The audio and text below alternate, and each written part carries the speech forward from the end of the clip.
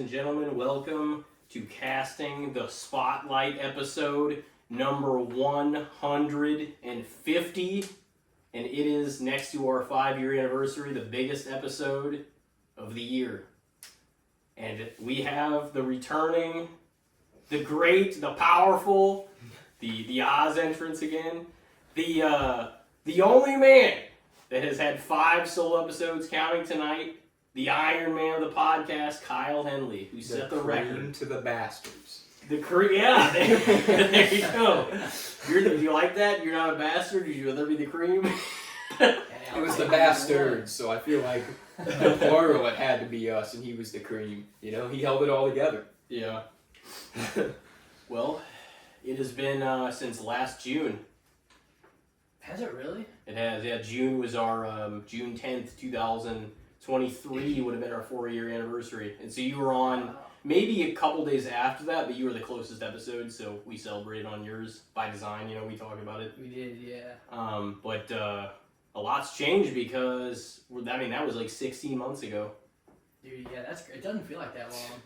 You shot 3 episodes in the previous location at Old Pawpaw's. I did, yeah. And then shot another one at the first location. Yeah, at the first one, yeah. And the very first one, not even our place. Yeah, and you guys 150 episodes deep. The setup now compared to that first episode is it's just insane. I remember us recording on just your phone. You would have it sitting in the center of the table, and you would just have to hit a button, and that was our mic, that was our sound system, that was everything. Props to you though, because you didn't even have to, you just went in, you're like, okay, well, you were like the second guest ever, and you know, we didn't entirely know what we're doing. We're like, oh, just bring Kyle in and stuff, and yeah, I never know what I'm doing. And I don't know what I'm going to talk about today, but I know I'll find something. This is also, you've been on a different month every time you've been on too, and this is the first time during spooky season you've ever been on. Because the first episode you ever came on, I was like getting ready to go visit Harry in like Texas, you know, the first time, you know, it was like just days after you came on. But it was like it was like right after it ended, like October and spooky season and everything ended, horror, everything. So we've never really gotten the chance to dive deep on horror franchises or series or movies or anything like that. I mean, we've talked about a lot of stuff, about a lot of different things in this place. The casting, the Spotlight studio, that is. Yeah, I know. Do we figure out how many total hours I have on this podcast? I meant to look that up before today, but it slipped my mind. You've went like about or at least 4 pretty much every time, and then your last one was like almost 5. Yeah. So, I mean, even if you say all of them are 4 and you add maybe 2 more hours of that with, you know, the change of the episodes and everything, because the one was almost 5, then that's like, what, almost 18 hours that you've done on this thing? So we're close to a day. Yeah. So with wherever we end today, you're gonna have like maybe only a couple hours, few hours short of like a full day of casting Spotlight episodes. That's crazy. Somebody could spend a whole day checking out the Kyle series, man. Imagine the road trips this could get you through. Yeah. You just turn that on the radio. You can get from coast to coast and probably still have some time left over. The Only only be sick as hell of us though. They'd be like, I'm so I'm not tired of saying listening to it'd be these easy. guys talk. the only one that's Especially broken me. the only one that's broken your record is you. Like, people have topped like your first one, and maybe come close to your second one, because I don't think the third one beat the second one, but you've been the only person to top your own record every time. And we don't even plan for that to happen. No. We just sit down and get talking, and the next thing you know, the sun's down. We don't know what time it is, and I know that we were so. Shit, it's 4 a.m. I know we were so early on when we did that first one. You know, you were episode 12, but like we hadn't come anywhere close to 4 hours at that point. Our longest episode is maybe 2.5 at that point. Didn't think we were gonna sit down with you, and you know, I think we said that on air. We're like, we might go 1 hour. I said that. I think I'm like, oh, 1 hour, 2 hours, 3 hours. We'll see how long it goes. We just kept taking a break, sitting back down, and everything, and then let's just roll. We don't run out of things to talk about. You know what I mean? No. And I think that was part of the whole inception of like whenever you started becoming like a prominent guest, anyways, is because we realized we had so many things to like unfold. Like I think on the last year, for instance, since it was like the only time we had you on last year, I had like went skydiving, and I know we ended kind of with that. It's like we always kind of have like a certain point that we're like sort of getting to at the same time, while we're also like it's open format, and we're like this is kind of like the third episode you were on. It was kind of Christmas time, but we were also like, let's talk about the ending of The Walking Dead, what we all thought, what we all felt. We got to watch it for a long time. We all feel really, not speaking for you guys, but like we obviously all feel really high about the series overall. We all love the characters, and like just like Star Wars or like a lot of other Lord of the Rings and stuff like that.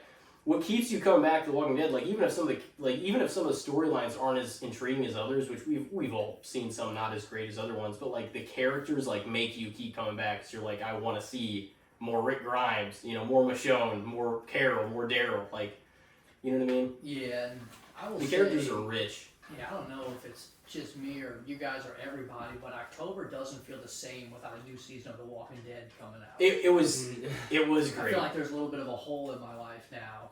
And we got the Daryl spinoff, which is good, and I'll watch it every week, but it's just not the same as when everybody was on one show together. And you would hear that music. Yep. Yeah. Daryl season 2 though should be pretty cool. Did you check out the first one yet? Yeah, I don't think I finished the first season. I did watch it this honestly. morning. I wanted to rewatch the whole season because I'm like I don't really remember. I remember some of it. I remember that fucking kid, the Messiah or whatever. See, that's we can break this down a little more, but like I'm just not bought that kid is like such a fucking big deal. You know what I mean? I don't know. It's probably just something along those times. Those people, they've been through so much hardship. They just see something that they can kind of latch onto. It makes sense too, yeah. But like, kid's really intuitive, and he like landed with a bunch of really religious people. Yeah. So like they're going to probably start to have faith in this guy. Well, and the fact that he was born from basically a zombified person, that they're like, oh, was this even possible? And then he grew up entirely during the like a lot of babies that we've seen throughout the whole show and everything did. But yeah, that's why they regard him as it's this special thing, human being and whatnot. But like I don't know. I need to be sold on more, which is why I liked Daryl season 1. But I think season 2 will be better with Carol involved, and I think I'll be more interested in it too. You know what I mean? It took me a while to. I watched the first half of Dead City, I think, live, and then I sort of fell behind, so then I binged like the last 3 of them because I think they've all been 6 episodes, right? Yeah. We were getting ready to go into Dead City right before your last appearance. We were like a week from it, or give or take. So basically, all 3 spinoffs have all happened since then. We did our first appearance at Comic-Con since you came on last time, and I was gonna say there's a lot of stuff that definitely happened. But I mean, what were your thoughts in general? I'll give you time to kind of break it down, but on all 3 of the spinoffs, start with Dead City. I mean, what did you think of the storyline they gave you? With Dead City, I think of all the spinoffs, it was probably one of the weaker ones. Probably, I still enjoy it. I like those characters. I love that world. But if it wasn't Negan and Maggie, if it was 2 kind of low-level characters, everyone would probably be bashing on it. But I thought it had some cool moments compared to the ones who live. I would put it below that. In Daryl season 1, I'd put it below that as well. Now, I'm not saying it's bad, but if I had to rank, it'd probably be 3. It was cool to see old school Negan again in a couple of the scenes. We got the whole lineup Negan again, just talking trash and making jokes of everything in serious situations. So it was cool to see him kind of go back to that. I don't know if this next season, is he going to be undercover kind of a leader, or is he going to succumb to the power again and become evil? Who knows? Probably the first one, I would imagine, because I don't know if they would take a character like Negan, who was so hated on his first episode, taking the 2 characters from us, and then they kind of redeemed them a little bit. I don't know if they would turn them back to be evil again to go up against everybody. So Yeah. I'm hoping I'm wrong, but that seems a little bit too predictable on my end. Seems like a long arc of Negan's a good guy now too. Yeah. Like it was so long. It felt like they were like, see, he did the right thing here. Over and over. I would agree though. I think Dead City, and Negan, one of my favorite characters in the series, but I think it was probably the weakest of the spinoffs. Yep, I'm right there with you. And then I probably put Daryl at 2. Daryl season 1 at 2. I enjoyed that one. I still don't 100% buy how he ends up in France, but I'm willing to bypass that just for the story, Yeah. I guess. Because the other country, route in a post-apocalyptic world, but there's way less routes to get there. Yeah, Yeah. and I think they showed him in, I don't know if it was episode 1 or 2 of that show, when he was tied to a upside down little John boat Yeah. floating up on the Yeah. shores. So I don't know if I 100% buy that, but like I said, I'm willing to overlook it just because I love the characters and I love that world, and I'm excited to see that story play out, and I thought that had some really cool moments. It's also cool to see another part of the world. It is, as and well I always during that time. thought that too. And did you guys watch The World Beyond? Walking Dead: The World Beyond? I watched No. season 1, but Okay. I never. I guess I didn't finish Yeah, season 2. it's 2 seasons, and it's just not a good show. But it, Sorry, but it gives you I've like heard that. the CMR and all that kind of shit. Yeah, it does end on a high note, in my opinion. I think the last 2 episodes are probably the best, but they give a glimpse into France and kind of the significance of that whole universe Yeah. when it comes to France. So it makes sense to have a character end up there. I just don't think being tied to a wooden boat and just kind of washing up on the shores really did it for me. At least, Yeah. I don't know. But Had to take some leaps in logic to get him there. yeah, Just which I guess I'm dealing with a show where people die and come back to life to eat other people. So if I'm gonna Yeah. start kind of picking I don't really holes buy in the that. logic here, then Yeah. I'm gonna tear down one of the things I love most in the world of media, Mm-hmm. and I'm not willing to do that. So I won't try too hard. And the ones who live, I thought the first 4 episodes was peak Walking Dead material. It was Yeah, great. it was I watched that one all the way through live as it was Mhm. happening. Yeah, So it was me just too. as soon as it ended, it was damn, I cannot wait to see what happens next. Yes, and then we just might not. I don't know if they'll have a season 2. Nothing's been confirmed or denied. They I can't- think we'll see Rick again. I think so too. You can't have.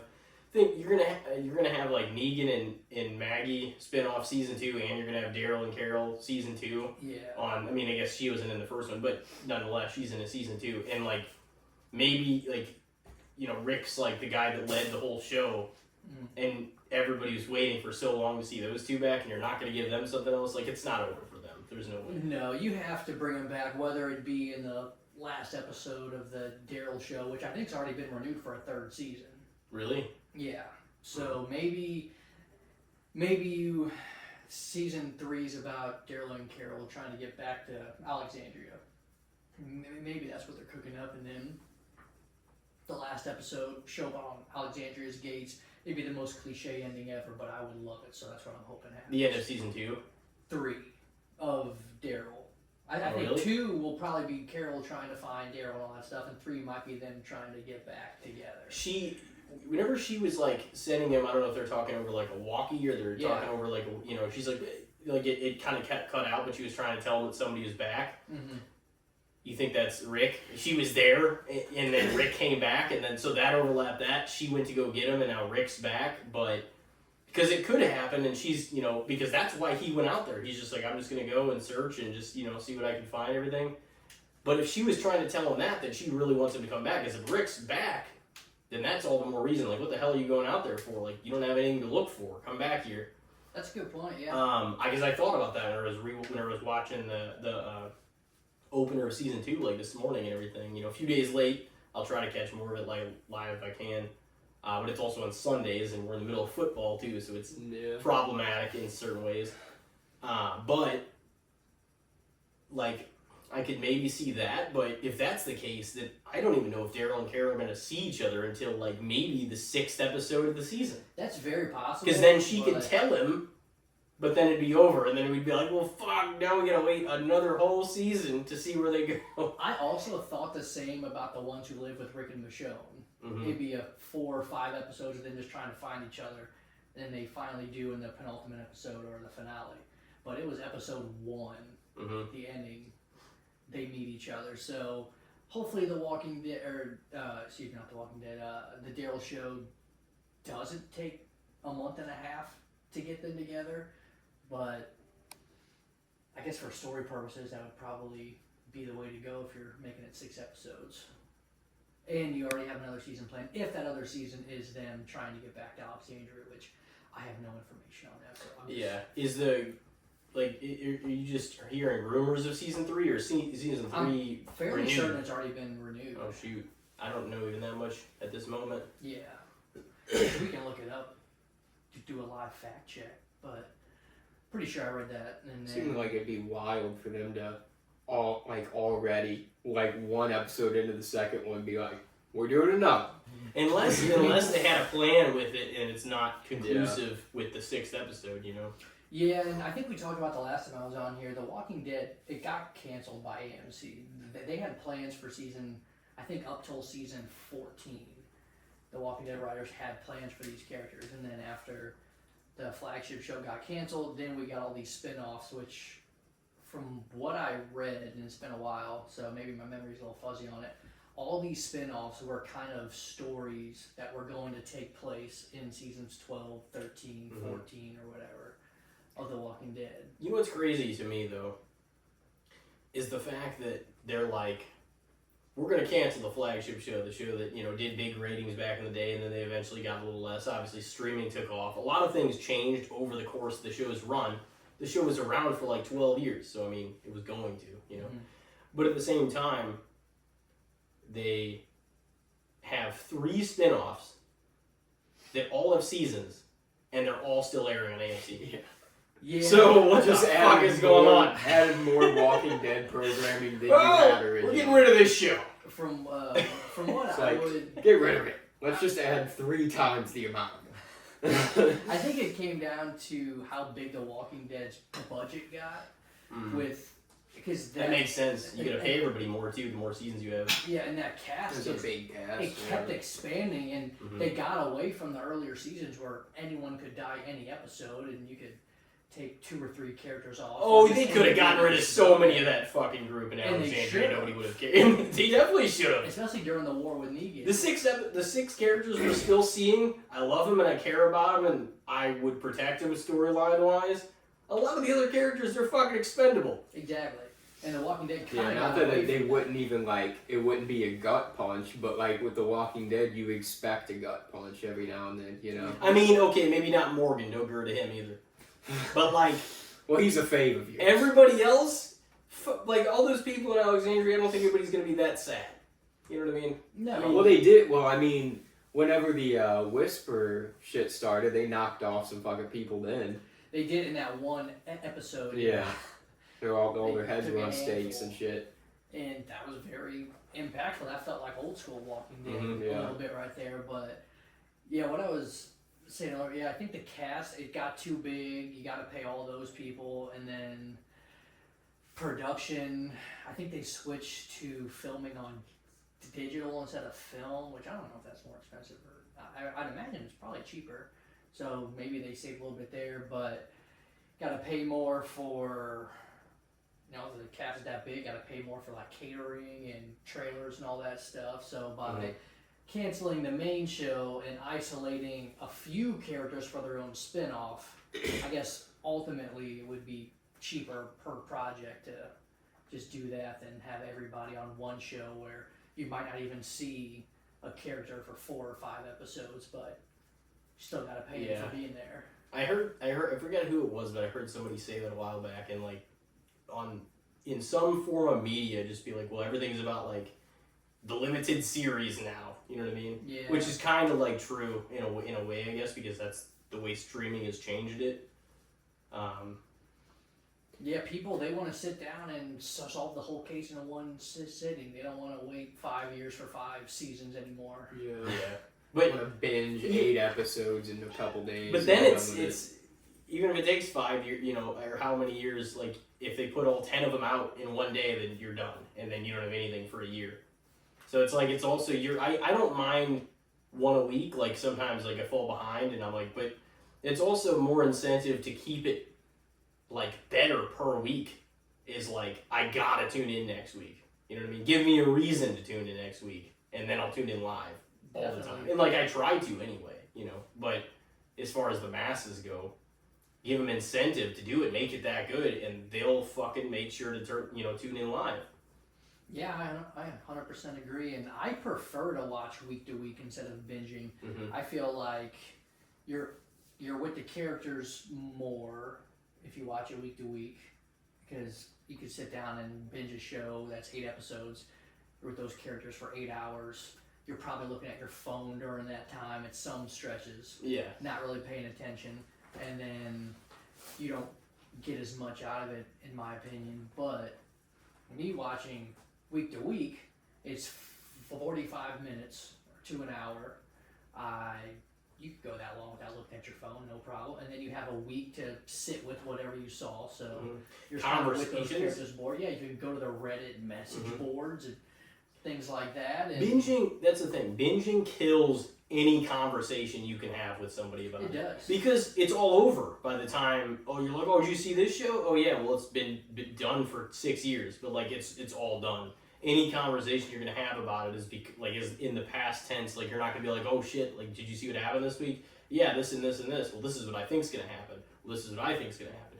All those conversations die when it's over and binged in one fucking day. I couldn't agree more. You know, everybody just is like, did you check this series out on Netflix? And they just spill all their guts about it to somebody else that's seen it. People can't But help then it's out of their brain in Mm-hmm. a week and a half because they're on to the next thing because they watched that whole series in 2 to 3 days. Mm-hmm. So yeah. Maybe you get the pop of a big number right away with the binge, but you don't get the long lasting sensation of it. And you don't really develop a true fandom for things if it's like in and out of people's minds like that. You know, like Stranger Things I guess did, where they dropped like a full season at once and everybody binged the shit out of it, and there's still like a lot of fans of that show, but that's in the minority compared to like all these streaming service shows. It like pains you when you go on and there's one episode a week. Like they did do that for a while with some streaming service shows, but at the same time it's better that way because it does it. Like I was the kind of kid, like around Christmas, like on Christmas Day, I would open like a couple presents an hour, bro. Because I wanted the fucking celebration to last all day. So I want my series to not be done in a fucking weekend. Yeah. I'm aligned with you on that one. I 100% agree. And as of right now, I have 4 shows that I'm watching week to week. It's counting this new season of Daryl. Yeah, we got Daryl, we got The Penguin on HBO, Okay. Only Murders in the Building, and From. That comes out week to week. So I have 4 shows. I think 2 of them come out on. No, 3 of them come out on Sundays. I don't know, 2 or 3 of them come out the same day, but that's 4 things I can think about during the week. Yeah. Or I can talk to others about them if you binge them. Plus, the other thing with binging too is you're like, hey, did you watch it on Netflix? Oh, I'm only on episode 3. Yeah. I'm like, well, I binged it till 4 o'clock in the morning. What were you doing last night? Then you can't even talk about it. Then a week goes by and you just kind of forget. But I remember I was in college. I had a speech class. It was a public speaking class, excuse me, and every week we had to write and give a speech to the class. I wore a Walking Dead shirt one week, and I got up to give my speech, and the first thing that somebody asked me was, did you watch last night's episode? I was like, yeah, I did. And somebody in the back of the class was like, oh, that was crazy, wasn't it? And then we spent 5 minutes just talking about what happened last night on The Walking Dead, because we all just watched it week to week. Now, okay, yeah, exactly like what Elijah was saying, with the binge model, that just doesn't really happen anymore. Everybody's in different parts of the show, or one person watched it in one sitting and missed half of it because they were on their phone or something like that, and it's just nobody's really synced up anymore.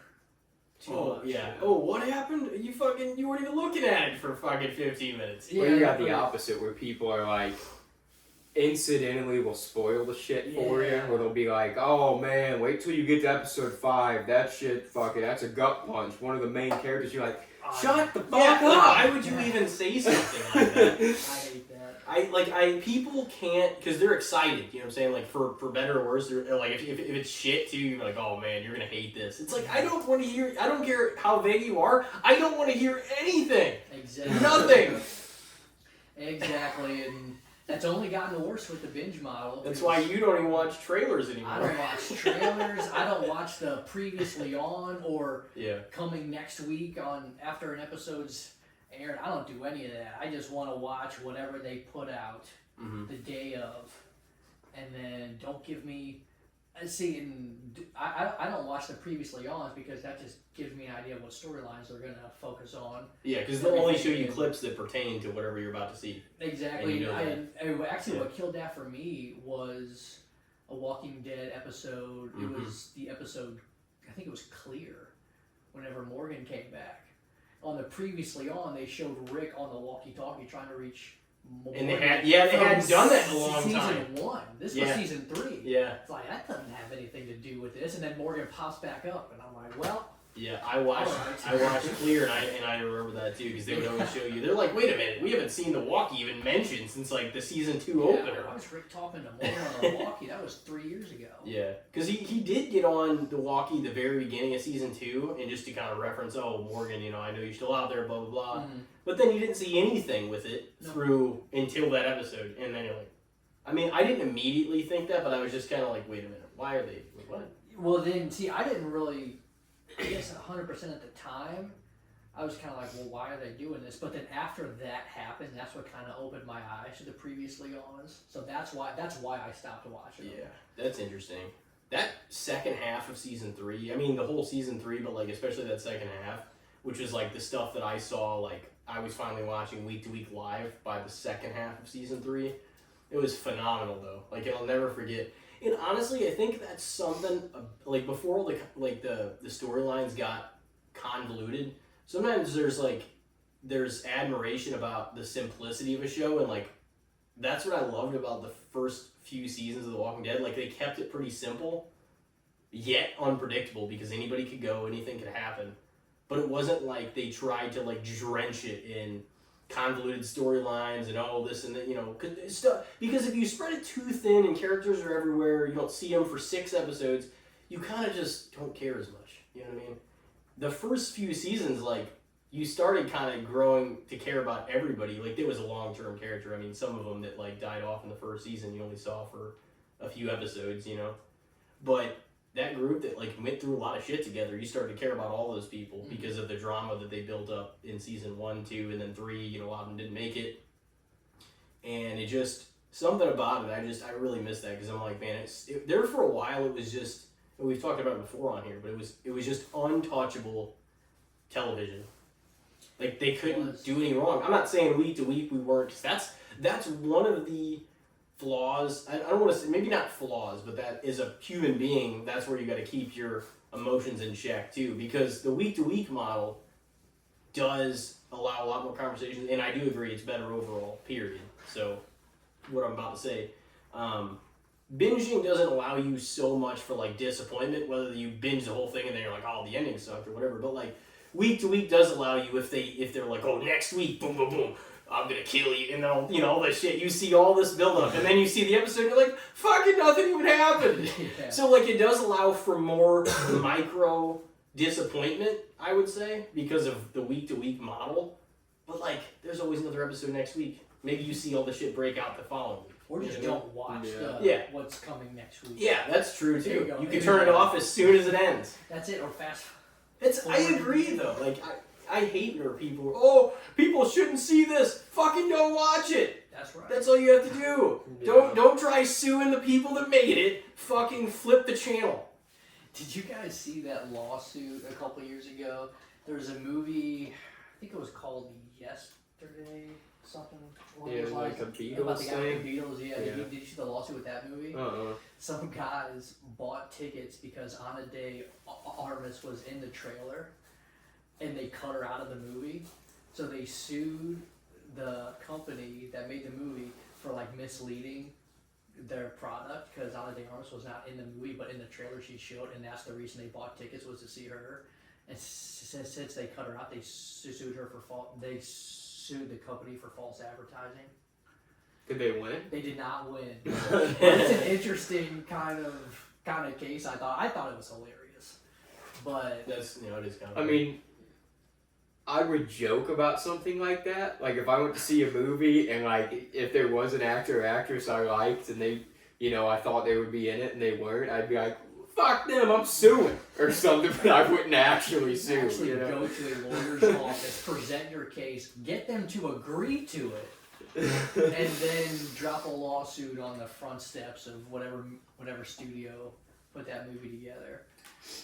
But Yeah, I will say though, like, even if they don't watch the next on, a week-to-week show can lead to more disappointment in general, because if it's a boring episode, or shit don't happen, people are going to notice that a lot more. Than if it's like a streaming show and they're just like, well, that one kind of fucking sucked. Next, they don't gotta like sit with it long. But like, if it's a week-to-week show, it's 7 days. That thing ends, the next thing comes on. They're like, it was a waste of fucking time, and they got a week to think about it and bitch about it before the next one. Yep, and there was a handful of Walking Dead episodes there in the last couple of years that I felt that exact same way. Yeah. Like, well, this was 50 minutes that didn't progress any story at all. There was never any season more that I thought there was like, because like I did enjoy it. I mean, it's still a show that's beloved and like I always cared about. But I didn't remember thinking that about like ever more episodes or like I guess chains of episodes than season 10 and 11. You know what I mean? Because like I think most of the rest of it was solid enough for you to, and I'm not dissing those seasons either. I still loved them and enjoyed them. You know what I mean? And by all rights, I haven't rewatched those either, so maybe I'd reevaluate my opinion to some degree. But by then, just everybody was everywhere, and you kind of missed.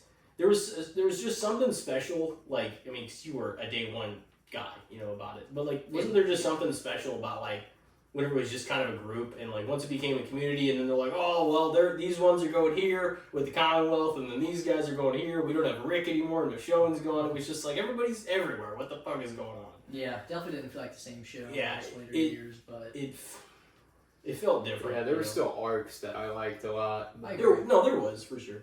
And one of the last, I feel, true, just bangers that they released in that show was that Negan prequel episode. Oh, yeah, that was that was one of the all-time greats, I think. I agree with that one. Gave a lot more substance to his character. Mm-hmm. Yeah, that was a good episode. And there was a stretch, I think in season 10 with the Whispers, where there was a 3 or 4 episode stretch that I thought was some of the best episodes I'd seen probably since season 6 or 7. And it's kind of the...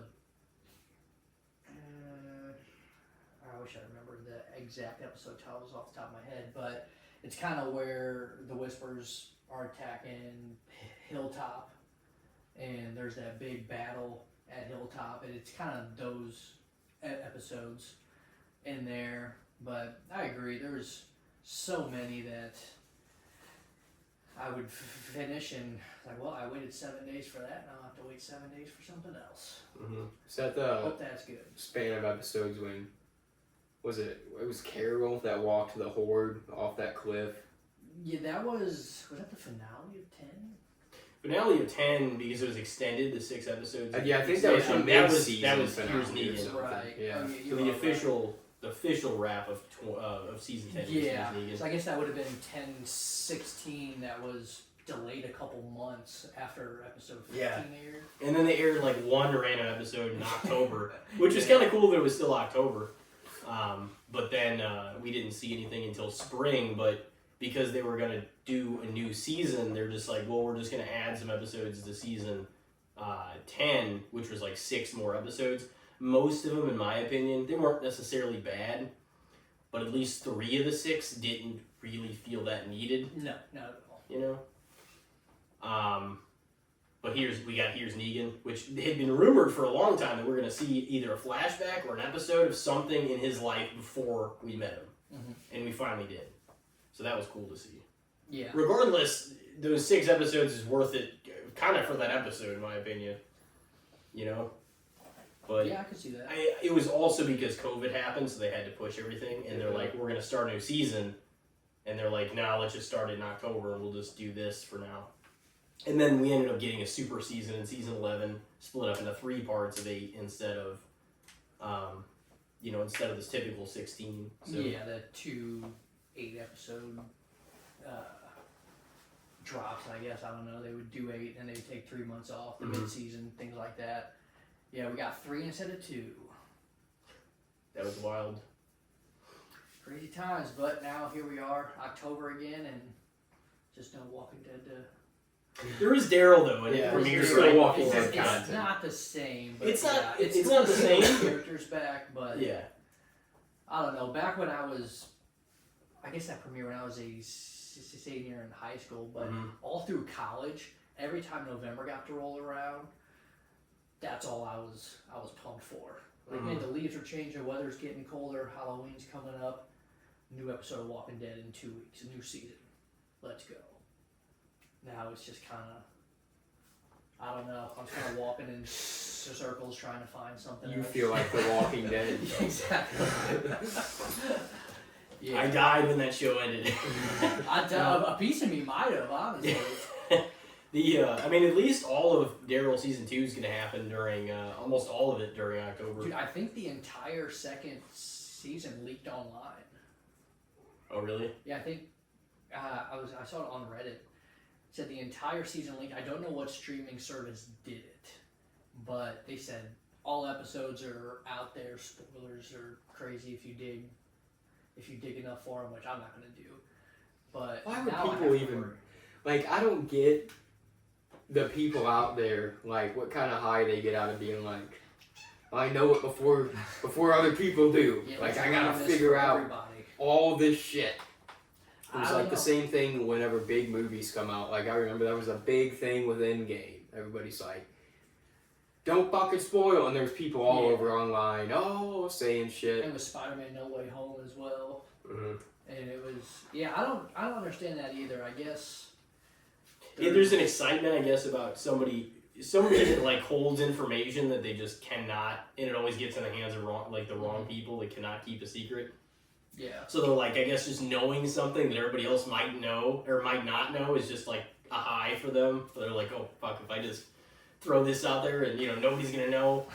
See, It's just I've like never, but I don't know why you would like want to do that. Like, wouldn't you want everybody to enjoy it, or at least have a fair shot at enjoying it for their first time? Whether they decide, that sucked or that was good or whatever. Like, I don't want to hear anything. And just people can't, they still want to tell you. Even if you tell them, I don't want to hear anything. They'll be like, well, yeah, but I got to tell you. No, I said nothing. I know you're excited, but shut the fuck up. jail. Straight to jail. Yeah, it should be. At least a fine. Oh, at bare minimum. We should be able to register of what you're a fan of, and if somebody spoils that shit, they're like, you gotta pay you something. Dude, and then there's like your pictures printed out at the movie theater so they can card you and go through. Oh, yeah. Like, nope, It get used to this be guy out banned. here. You should. Just on the wall. Yeah, Yeah, like- gotta give them your ID. You like rip a fake mustache off the guy. I knew it was you. Something along those lines. That he was just trying to see. You were that son of a bitch when the Batman was out. Get the fuck out of here. Like, I'm just trying to see Inside Out 2 with my kids. Don't care. Do we speaking of Bat, do we have a release date for the Batman Part 2 2 yet? years from today, I believe. Oh, it's two, still another 2 2 years years? from Holy today, fuck. or 2 years Exactly. from yesterday. Yeah. Hmm. Yep, I saw that this morning. Well, which I saw some posts yesterday saying 2 years from today. Then I saw a few posts today saying 2 years from today. So, we're either exactly 2 years or a year. Is anything about like the setting or timeline been confirmed? No. Because like there's some people that are like, oh, Mr. Freeze is gonna be the bad guy. I think the And then- timeline is gonna. I think it's supposed to pick up right where the Penguin show leaves off. But that still has. You're still building that universe with the Penguin while that's what's kind of cool is like while that is Ed Bay and it hasn't come out yet, you know. Yeah, which there's only been 2 episodes of that so far, and I don't know if it's supposed to be 8 or 10 episodes. I'm not 100% sure, but there's still a majority of that show left. So from where they end, I think the Batman will pick up right. From season 1 though, or 2? Are they gonna have another Penguin season next year? They're advertising this as a limited series, is what they're advertising. But yeah, I know this goes back to what we said earlier. Yeah, I love how they said that about The Walking Dead. It's like, if anything, this is the show I want multiple of. I know. It's a thing where they'll probably advertise it as a limited series, and then if the ratings just go through the roof, you know they'll agree by the second season. Same thing, yeah. It was like the Joker. Standalone story. They're like, well, we made $1 billion. Fuck it. First rated R movie that ever made $1 billion. Yep. Crazy. Which is insane. Insane to think about, yeah, and then they had to go make the second one a musical. I know. It's a musical romance court drama. Wow. So... yeah, no, that's mine too. I might kind of understand the court aspect of it. Yeah, because it's like, obviously, yeah. He would possibly be, even the romance. I could probably catch that one too, especially with Harley Quinn coming in being. And maybe a few, I could see maybe not like musical style, but like there was the bathroom scene. There was like some dance eerie parts of the first one that you're like, I can see the Joker like in that setting. But man, singing and dancing and shit, ruling and over dominating the movie. Why the fuck would you ruin a movie? I saw the perfect post online. Perfect post. I like just was scrolling through my stuff from the other day, like just like earlier on today, and it said musicals : what if we ruined a movie every 10 minutes? I was like, exactly. Couldn't agree more. There's some people, that are really into them. Usually like the drama people that are like plays and stuff. But it's like that's because that's a play. Yeah, that's what I mean. They kind of want a play in their movie, but it makes sense to even have a couple musical numbers in there because Joker, as a villain, even in the cartoons, he was very theatrical and shit. You know what I mean? He did do musical numbers and stuff, even in the cartoons. But like, this is not a comic style Joker though. No, yeah, and with Joaquin Phoenix and Lady Gaga, it makes sense they're gonna have some music in there. But like, don't dominate the movie with it, especially after following up what the first one was. Yeah. The first one was nothing. Like there was not a single breadcrumb in there that made me think the follow-up to this could be a musical. Exactly. You know what I mean? Yeah, the first one you got the story about just a lonely guy. Sounds like the world beats him up every chance it gets, and he just kind of finds himself through tragedy and pain, and then just becomes an icon. And now you're just gonna have the guy sing and dance to in the psychological premise of Joker is like extremely well developed. You know what I mean? Like just his whole like what he goes through and like being in psychosis and just it's like it was so well thought out. Like I'm not even saying like it's up there as far as mine goes. I don't know. I mean I don't know if it's like by number 1 necessarily by any means, but like it's one of my favorite movies of all time. But I'm like it is truly like a masterpiece. It feels like every piece of it matters. You know what I mean? Like every single thing he goes through like makes sense like in the movie. Even if some of it that is revealed to be, oh, this didn't happen because this is whenever he was going through psychosis. That's all part of like what the movie was and what he was going through. You know what I mean? Yeah, it's like the first Joker had a lot to say with like the nature and nurture of psychosis and being a psychopath, how the media handles psychopaths. Just like I felt like it talked about a lot of things while being tied to a DC comic universe. It did. And it was from his perspective, which it normally isn't. It's like usually narration point of view or like maybe Bruce's point of view.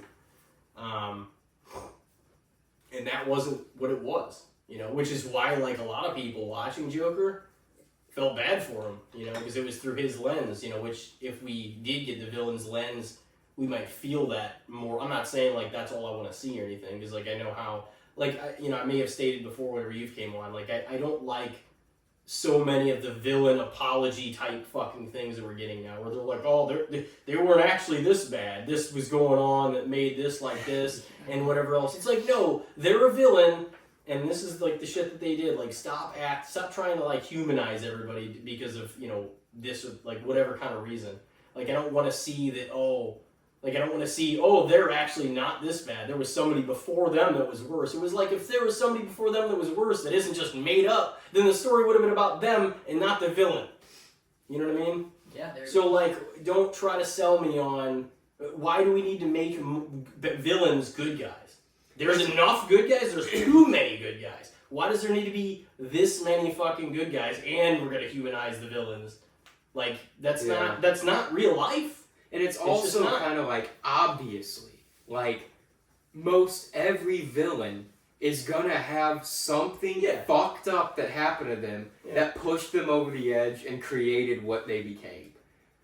Like, it's going to be the arc of most villains, but, like, we don't need to necessarily always play it like, see, now feel sympathy for them. Like, they did it in the original Batman with Jack Nicholson as Joker. They showed the fucked up shit that happened to him, that turned him into what he is. Same with the Killing Joke.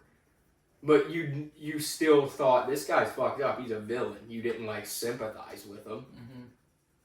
Yeah, now I feel like a lot of times in modern comic book movies, they're like, they do. He wasn't that bad, though. The world beat him up. Yeah. And, like, even in another movie that, like, I felt, and, like, I liked it, don't get me wrong. But it still annoyed me. With, like, that movie that Emma Stone, Cruella. Oh, Okay, yeah. Cruella's a great villain, and by the end of it, they're like, oh no, she actually wasn't that bad. This lady before her, she was the real piece of shit, and it's like, I can't even watch, we wouldn't be able to watch 101 Dalmatians the same way if you're going to take this, she's not then. It's kind of like Maleficent. No! Maleficent did the same thing to Sleeping Beauty. Like, you felt horrible for Maleficent in that movie. But Maleficent was like a straight bitch in Sleeping Beauty. Yeah. So it's like... Oh, yeah. It's like, I don't want to, like, and here's the thing, I understand that they're still a person and they chose this other path, you know what I mean? Like, I understand that there's a human side to them still, and maybe, like, away from their villainy, like, they still have a relationship and or kids or whatever else, like, no matter what it is or what they're in, they might still have human elements, but they chose to walk a different path than the hero path or the protagonist, outline for, like, what a hero should be, I guess. But it just, I don't know, it just kind of annoys me because I'm like, there is so many, it's convoluted with good guys and stuff anyways, which nowadays there's not a whole lot of, use a wrestling term, there's not a whole lot of, like, babyface characters in general these days anymore with anything, men, women, anything, because everybody, and most of the good guys, even though they're considered good guys, everybody leans into a little bit of dirty with all of cinema, all of shows, all of whatever at any level. Almost all the heroes lean into a little bit of dirty still. That's why there's almost like, including in wrestling too, that's why there's almost like no real pure baby faces in anything anymore. So you don't necessarily like, I mean, there's some and there's classic ones, but we've moved into this direction of kind of a gray area with heroes, but still most people want to regard as a hero. And then the villains, they're not this bad. So we're kind of like, I understand like the gray area thing to an extent, but a classic story is always good guy versus bad guy. You know what I mean? And that's what it is at the end of the day. But I don't know. It's just kind of it's one of those things that just really, it just rubs me the wrong way where they try to do that. You know what I mean? They try to like sell you on like the villain wasn't this. It's like, well, I mean, if you try to sell me like that the villain wasn't that bad, like why would I invest in them as a villain in any other content you release from now on? Yeah, and we're probably just in the beginning of that phase of Hollywood, I would imagine. Creating movies from the villain's perspective kind of thing. We're probably still in the early days of that. There's who knows how many more. The villain era. Yeah. Well, it would be, but it's kind of like they had the anti-hero era. It's the villain era. But see, that was fun.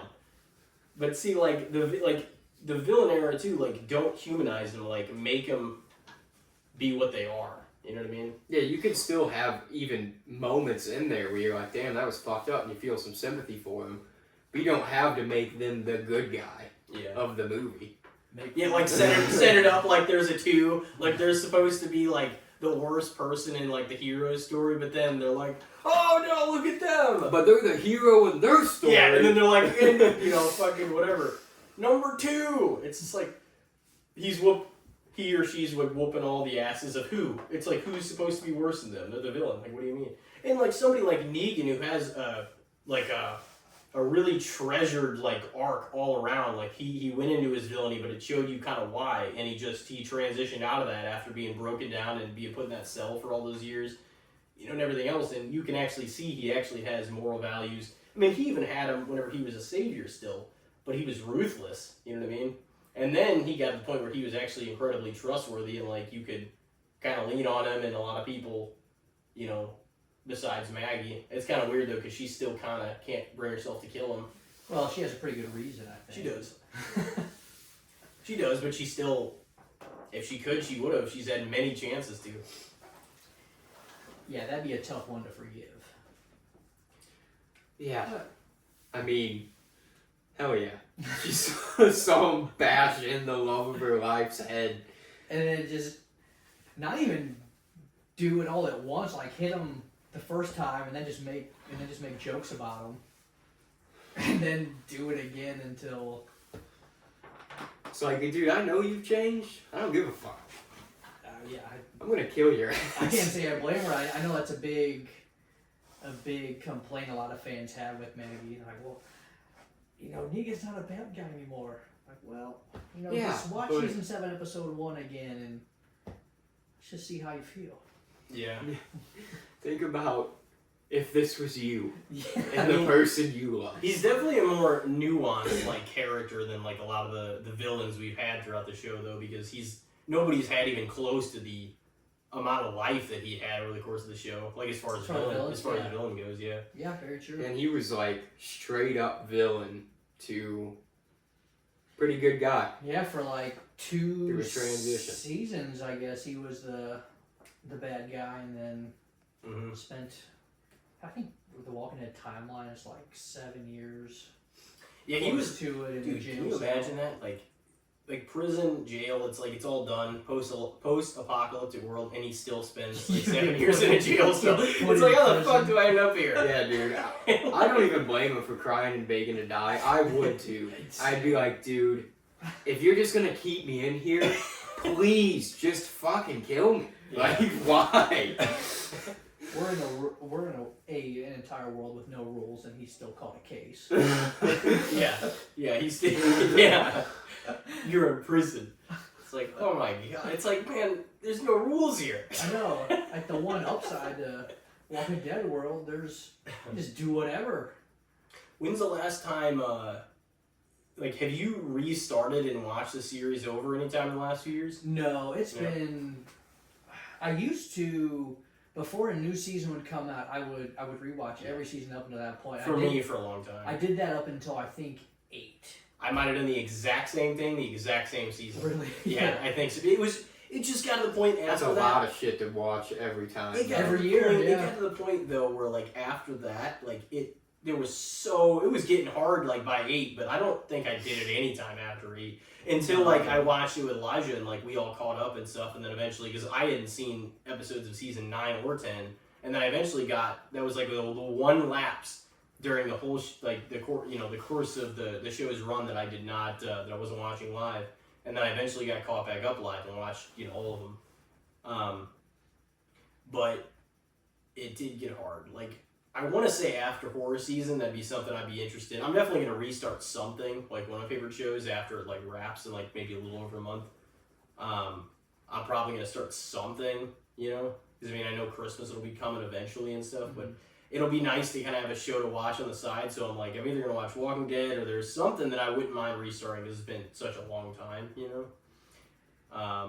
Yeah, I have a whole list of shows in my notes that I have to get to this year, and I'm probably over halfway done, but I always have a comedy always on the list, just kind of as background stuff, just to have it on. And right now, my pick is Silicon Valley.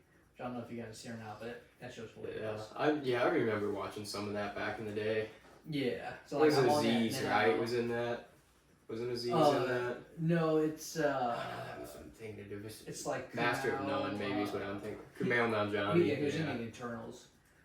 But before that, it was Parks and Rec. Before that, it was, I think, King of Queens, or I don't know. So I just always just have a sitcom show just in the background going, and then I'm trying to knock out as many shows I haven't watched yet. That's the mood I've been in the past couple of years. I just want to watch shows I haven't seen before. Yeah.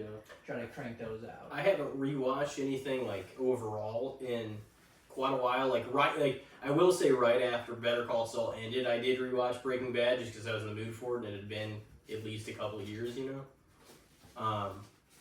But I mean, it's it's time consuming to rewatch a whole thing over and to do it. So that's something I try to do too. It's hard enough to fit in some stuff for the first time, you know. Even if I'm a big fan of something, it's a big investment. If it's a series and like not a movie, to rewatch an entire series because there's so much new content coming out all the fucking time. Every day there's something. Yeah, I think it'll probably be a couple of years before I do a full Walking Dead rewatch. Another reason why I stopped is because I didn't want it to just get so diluted for me every time I watched it. It was you actually lose the nostalgia you're chasing. Found myself not paying attention in some scenes, or I will leave the room for 20 minutes but not pause it just because I know what's going to happen.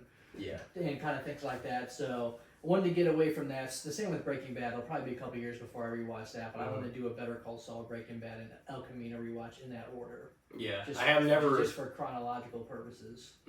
And then I'll do keeping track of the Walking Dead timeline now. Oh yeah, it's definitely harder than it used to be. Yeah, you have all the spin-offs. You have 8 seasons of Fear the Walking Dead, which only probably about 2 of them are good. And then you got all these current spin-offs. You got 11 seasons of the main show. Like, kind of what I said about doing the Breaking Bad whole universe rewatch. I don't know if you can do that with The Walking Dead realistically. Especially chronologically, with how much they all time jump. Sometimes Fear takes place before The Walking Dead, so you'd have to watch like the first 2 seasons of Fear, and then the first 2 seasons of The Walking Dead, and then Fear season 3, and then 4 or 5 of The Walking Dead, and then 6, 7 of The Walking Dead, and then 5 of Fear the Walking Dead down. So it would, I don't know. You have to map it all out. It would be. People forget too, but now there's been spin-offs that have kind of covered this ground. I guess to some degree, maybe right after the fall, but people forget that when Rick and Shane were in the beginning, of the cop car and stuff at the beginning, and they went on that chase. There was a third guy in the car. Rick got shot. He was in a coma. Basically, when you saw that scene and the real life just happening the way it did, they had a few flashbacks, and of course, even the Whisperers. They had a lot of stuff throughout The Walking Dead that flashback to the world before. But there was a jump even in that first episode because whenever you see Rick and then he goes in the hospital and then he comes out of the hospital, 4 weeks, a month passed in between that time before he even found his family. Yeah. So there's a month of shit of everything just going down that we didn't even see until it started showing us, oh, this is what was going on at this time at the fall and this, so through The Walking Dead, there's a lot of stuff we never even saw of time between Rick getting shot and Rick waking up in the hospital. Yeah, and the whole Walking Dead timeline is so confusing. One of the big complaints that I've heard about the ones who live, from a few friends I know who have watched it, is that Rick kind of seems like a coward in the last couple episodes, or actually almost the entire show, because he doesn't want to give back Alexandria anymore. He's fully... They prevented him from doing so. See, exactly. He kind of was brainwashed into thinking, they're going to fucking track us down and kill everyone. Oh, and I'm 100% with you guys there, but with the Walking Dead timeline, if you look at it, from season 1 to 9, it's 3 years. It's not very long, because Lori gets pregnant season, I guess, 2, and baby's conceived in season 1, and then Judith is probably 3 or 4 years old in season 4. Whenever Rick goes, they do the time jump. I think. No, I was only gonna say, because I was like, I didn't want to cut you off, but I was like, I think it was like 4 years, because I think at the end of the war was like maybe 2.5-ish, if my math is correct, and then and the only reason I was able to tie that up a little bit is because maybe a little over 2.5, like by the time the war's over, say like the end of season 8, which is insane, thinking everything happened from season 1 through 8 in 2.5 years, maybe a little more. But because in one of the first few episodes before Maggie's exit in season 9, like right as or around the same time Rick does, Maggie's like, she's trying to go in there and kill Negan, and they're preventing her from doing so, and like Michonne and Rick, and she's like, it's been 1.5 years, like that he's been alive in that cell. So I'm like, well, add 1.5 years to the 2.5 years, that's 4 years. So it's probably been about 4 years, maybe in some change by the time Rick is gone. So like all those people that went the 6-year time jump, and then it's 10 years by season, like by even middle of season 9, 10 years through the apocalypse, like all those people went a longer time without seeing Rick than they ever knew him for. Yeah. Exactly. Which is crazy. That's what I tried to explain. No, you're good, and you just added to the point really perfectly. But the whole 1 through 9 takes place in 4 years, and then he's held in captivity by the CRM for 6 or 7 years. So he's held in captivity, getting brainwashed for almost double the time that he was actually with the main people on the show. Yeah. But whenever you're watching it week to week, season 1 to 9, that was a decade. So we're just seeing a decade of Rick Grimes with these people, but in the show timeline, it's only 4 years, and then he's held in captivity for 7. So when they were like, well, why doesn't he want to come back home? Like that's not the Rick that we know. It's like exactly what you said. Yeah. He has spent longer being a prisoner Yeah. than he ever was as a free man with Alexandrians and all them. So when you that's look at the it normal that way, for him. Yeah, But- 7 years of that routine, that's going to be life. You know? yeah, You're but gonna- just a common everyday Walking Dead fan is probably thinking, well, this isn't the Rick we know and everything. But after you break down the timelines, it makes sense. But not everybody's going to do that. No, and there were interlapses of that. There was one thing that irked me and annoyed me sometimes is because they would be like, it's been 6 months, or they would loosely define how long it's been. Usually I'd wait for Scott Gimple and Greg Nicotero and a few of the guys on Talking Dead to even explain it to me. They're like, how long has it been? And I'm like, well, I'm fucking glad they said that in the show. If I hadn't watched this show, I would have known. And like I thought that in between season 3 and 4, in between like 4 and 5, in between like multiple times where I was watching it live, and the thing is, like when you think about it though, like it was still like the early stages of what this world could be, and like I feel like they felt like maybe they needed to just go forward more than they were, so they could give reasons to. It's just crazy when you think about it though, because sometimes it'd be days and like they'd lose a lot of people, and then they'd be like, yeah, it's been 6 years. And like the whole group's still there. It's like you guys didn't have any accidents throughout the whole 6 years that off to anybody, and yet you lost all these motherfuckers in like 30 days. And maybe, people started to adjust to the life in the apocalypse more the longer it went on. But I will say Horde that started to thin out. But I will say that they did stay in some of the lapses make a little bit of sense in the sense that they didn't even leave Georgia until almost all the way through season 5. Didn't leave Georgia once. Yeah. Sure. Ladies and gentlemen, we are now back, and it is time for the good, the bad, and the shits. And it has been a while since Kyle's been on, but it is time to return. Now we've covered all kinds of ground in these segments since you've been on. Walking Dead stuff. I know we talked about beef jerky and shit like that, but. We'll see what we've got in store tonight. That's right, I remember that beef jerky conversation. That was like the first one ever. He was on the boycott beef jerky train. Because it was getting too expensive, right? Yeah, it's still crazy. It is. Oh yeah. Oh yeah. Insane. That's why I buy Slim Jims now. It hasn't been like reasonable since like 2007. Oh, at least. But what I would say is, Do you guys want to talk a little wrestling for the moment? I have one to throw out there. I don't know how caught up you've been. I guess you do. You own the original Tribal Chief shirt yet? No, I don't. I don't have the OTC shirt, but I have an Acknowledge Me shirt, and I have the Only One shirt.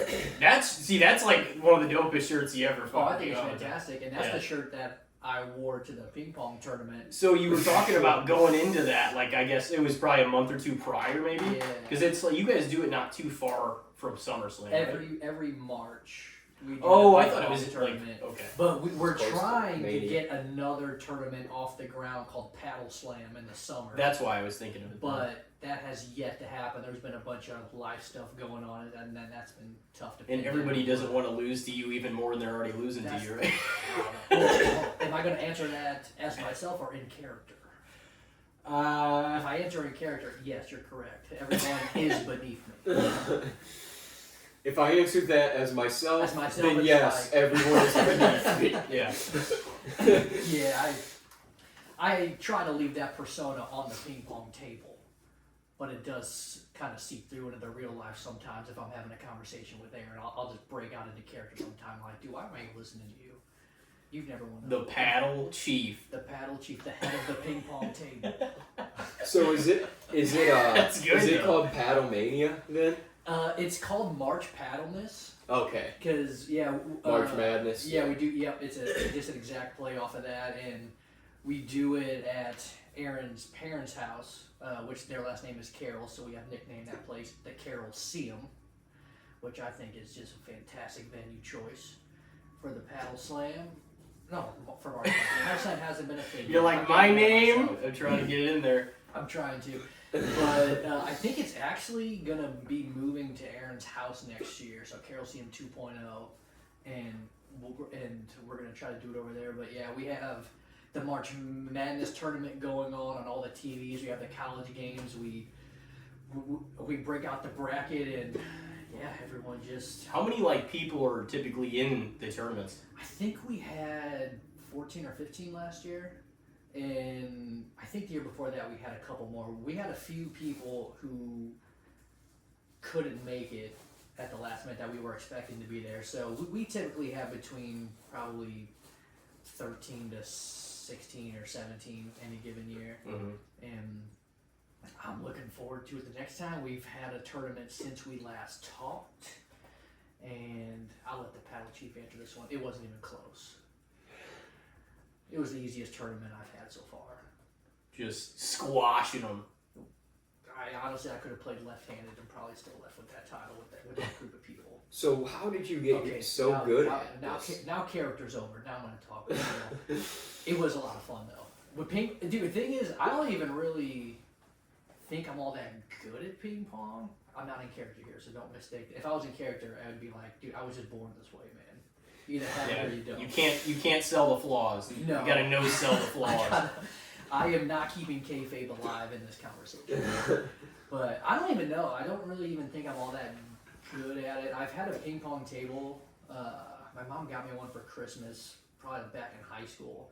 And I would play with my brother, sister in their basement. And then during gym class, we would play. And I remember I won the gym class tournament that we had. So then I challenged my gym teacher, which was Coach Shaw. I don't know if you guys had him or not. I was like, hey, Coach, you want to play a game? You know, I'm thinking all big and bad. And I think I lost like 21-3. And it was crazy. He might have hit the ball off the table 3 times. That's how I got my points. Extremely humbling in that moment. But yeah, I would just kind of play consistently throughout probably high school since we had a table. And even if no one was home, I would just put half the table up and then just play. Return it. Yeah, and that's the joke I say now is I do that because I'm my only worthy opponent, is what I tell the other people in the tournament. But yeah, we did the tournament. I did win it for a 5th time in the 5th year of the tournament. So Do the math on that one, folks. yeah, do the math. And I think I did make a promo video that's about 10 minutes long of just me talking trash. And I told him I was going to complete my half decade of dominance. And So that's what that's what we had to do. We did the tournament. Shout out to Roy. He made it to the championship this year, and he was up. I think it was like he had me up. He was up like 11-5 or 6 on me in the championship game, and then I think he lost like 23-12. So I just kind of went on a crazy run there at the end. But That sucks. he kind of had me. I was like, okay, Roy must have been practicing here a little bit, but then I kind of figured out a way to kind of get him a little bit uncomfortable, and I just kept doing that, and then I kind of went on a crazy run. But I don't want to give my my scouting reports away to the enemies here, so I'll keep that one tucked away. For another day. It was so much fun. I enjoyed it. Aaron lost in the semifinals to Roy, so he got close. But I think I talked about the last time. He was so mad 2 tournaments ago because he lost like the very first game, and it's a double elimination tournament. So he just never bounced back from that first loss. He was just in his own head. But this time, I think he had a couple of drinks, and he was a lot more loose, and everyone had a good time. He got to the semifinals, but got bounced just before the finals, and okay, I'm back in character now. It wouldn't have mattered if he made it to the finals or not. It wouldn't have stood a chance. But yeah, we did that since we last talked. Yeah, so getting back to that's the only Roman Reigns shirt I own. It is for that reason, just so I could wear it to the ping pong tournament. But I am gonna wear it to Monday Night Raw in a couple days. Okay. As well, even though he's not going to be there. The tribal chief. Well, I guess Roman got unseated by Cody earlier in the year. We didn't. Oh yeah, the Cody. First time basically since probably your first episode or around there, maybe just after that is whenever he picked the Universal title up and never fucking lost it. You know. Yeah, well, we were there at that Royal Rumble when he like first linked up with Paul Heyman. Yeah. Right. Yeah, because Paul Heyman cost Lesnar the championship, and then he walked down and did the whole like bow thing to Reigns. Yeah, we got to see that in person. The start of that. Crazy. Yeah, that real story arc whenever Heyman got involved. Mm-hmm. And then things really started taking off because he started getting like next level. Yeah. Oh yeah. Yeah, it was definitely like separating a couple parts because like people are like, oh, the whole it was all great in Roman's reign and this and that, but like the bloodline got a lot better like once all the pieces started kind of coming into play. Mm-hmm. You know what I mean? That story's still going. It's still, and I don't know if there's an end in sight. Honestly, I know we have Bad Blood coming up, but there's no way that's going to be the end of it. No, they'll have a War Games. Yeah, I don't think War Games. I don't think War Games will be it though either because a lot of these are going to carry into Mania and stuff too. They're definitely going to have a War Games match. And the other thing is, I don't know if I talked to somebody the other day that doesn't know if like the War Games. I mean, it would be cool if it was like the family, but I don't know if it will be. Hasn't like Cody and Roman? Don't they have something going with them? You know, just them two and. You know, like a few other people, or like Cody, Roman, Randy, and like, what if they pick that kind of group of guys to go up against the bloodline instead of Roman and his people, though? You know what I mean? Like Jimmy and Jay, and because that might be what happens, and I'm like, I don't think that's nearly as interesting as the whole bloodline against each other. Yeah, I'd rather it be like Roman, Jay, Jimmy, and Sammy, bring him back in the fold just to make the numbers work against like. Solo, Rock, have him like pulling the strings on Solo this whole time. Have the Rock, and then have you could have the Rock even come back at the end of that match, and reveal himself as like the head of that table of the new bloodline. Solo what to do, and I do think it'd be better if it was a bloodline centric. Thing. It could be Roman, the Usos, and Sammy. But I've heard that floated too because of the way the pieces have matched up already, and Cody and Roman and all that, and that might be like one side. No, I feel like Cody is going to break away from this. He should. And he's going to have a rivalry with Randy or Kevin, or something's going to happen with that situation. Randy's going to turn heel again soon. Well, and here's the thing too, is that because, I mean, a few ideas have been kicked around, but I've also heard Rock and Cody for the Mania match next year is definitely a possibility. I heard that too. they set it up the night after Mania. Mm-hmm. I would so much rather have Roman Rock though as WrestleMania. I know, and then that would get pushed off another year. But I'm like, I feel like they still can do it. But The Rock doesn't have probably a ton more matches in him. But I feel like what they have, like, I feel like whatever they're gonna do with Rock, they need to definitely do in the next, like, within the next 5 years for sure. Yeah. Or less. You know. Oh yeah. Yeah, he's not a spring chicken, man. I think he can still work though. I mean, he's just an athletic guy in general. You know what I mean? He still looks really good. Like he looked great, and I'm not saying necessarily his work. I mean, his work looked definitely good, especially for his age. In Mania, but it was obviously a tag team across the whole Yeah, people arena were like shit. acting disappointed with that. Oh, they're just punching each other around the arena. It's like, what did you really want from that match, though? Yeah. Like, I what would was rather it be what it was than it be a traditional tag team match where they don't leave the fucking area. Yeah, because the way they built it up, it was like these guys wanted blood on each other. You know what I mean? Like, it wasn't just gonna be, oh, now Rock versus Rollins. You know, like no, they're gonna. I kind of thought it was neat how they set it up, and they were just fucking brawling around the whole arena and shit. I enjoyed it too. It was complete chaos, but it was cool. What's if you had to pick like one or two of just the wildest WWE storylines or moments since you've been watching, what would be at the top of the list? Moments or just storyline, just whatever. So something you watched and you're like, how did this get put on TV? Well, I don't know. It's because I didn't actually start rewatching consistently till 2007. So, but I went back since then, obviously, just because I'm such a big fan. Like, I've watched a lot of the Ruthless Aggression, Attitude Era, like, all that stuff. So, there was some wild shit in those eras, but I wasn't necessarily watching live. Dude, there's one that I remember when I was young, and it involved the Big Show, and I think it was Big Boss Man, possibly. I don't know. Oh, yeah. I think I know where you're going with this one. with his dad. Yeah, with the funeral. Where the Big Boss Man shows up and wraps chains around the casket and then drags it away, and the Big Show's like, no. It was definitely my dad. One of the more how did this make it? one of the more crazy things, ironically, involved Big Boss Man with WrestleMania 15 when Taker beat him at the end, and then he put him on the fucking, he wrapped his throat with the noose, and then like it started pulling him up, like just. I mean, they made it to where it wouldn't actually fucking choke him out, Yeah. But like he was, it's still like insane that they put that on a Mania too, where like more people were watching than any other point like of the year. There's another Big Show moment that I crack up every time I see it, and I don't know if it was a handicap match or what, but he was holding two guys about to chokeslam him, and Kurt Angle goes under the ring, comes out with a tranquilizer gun, and shoots the Big Show in the back.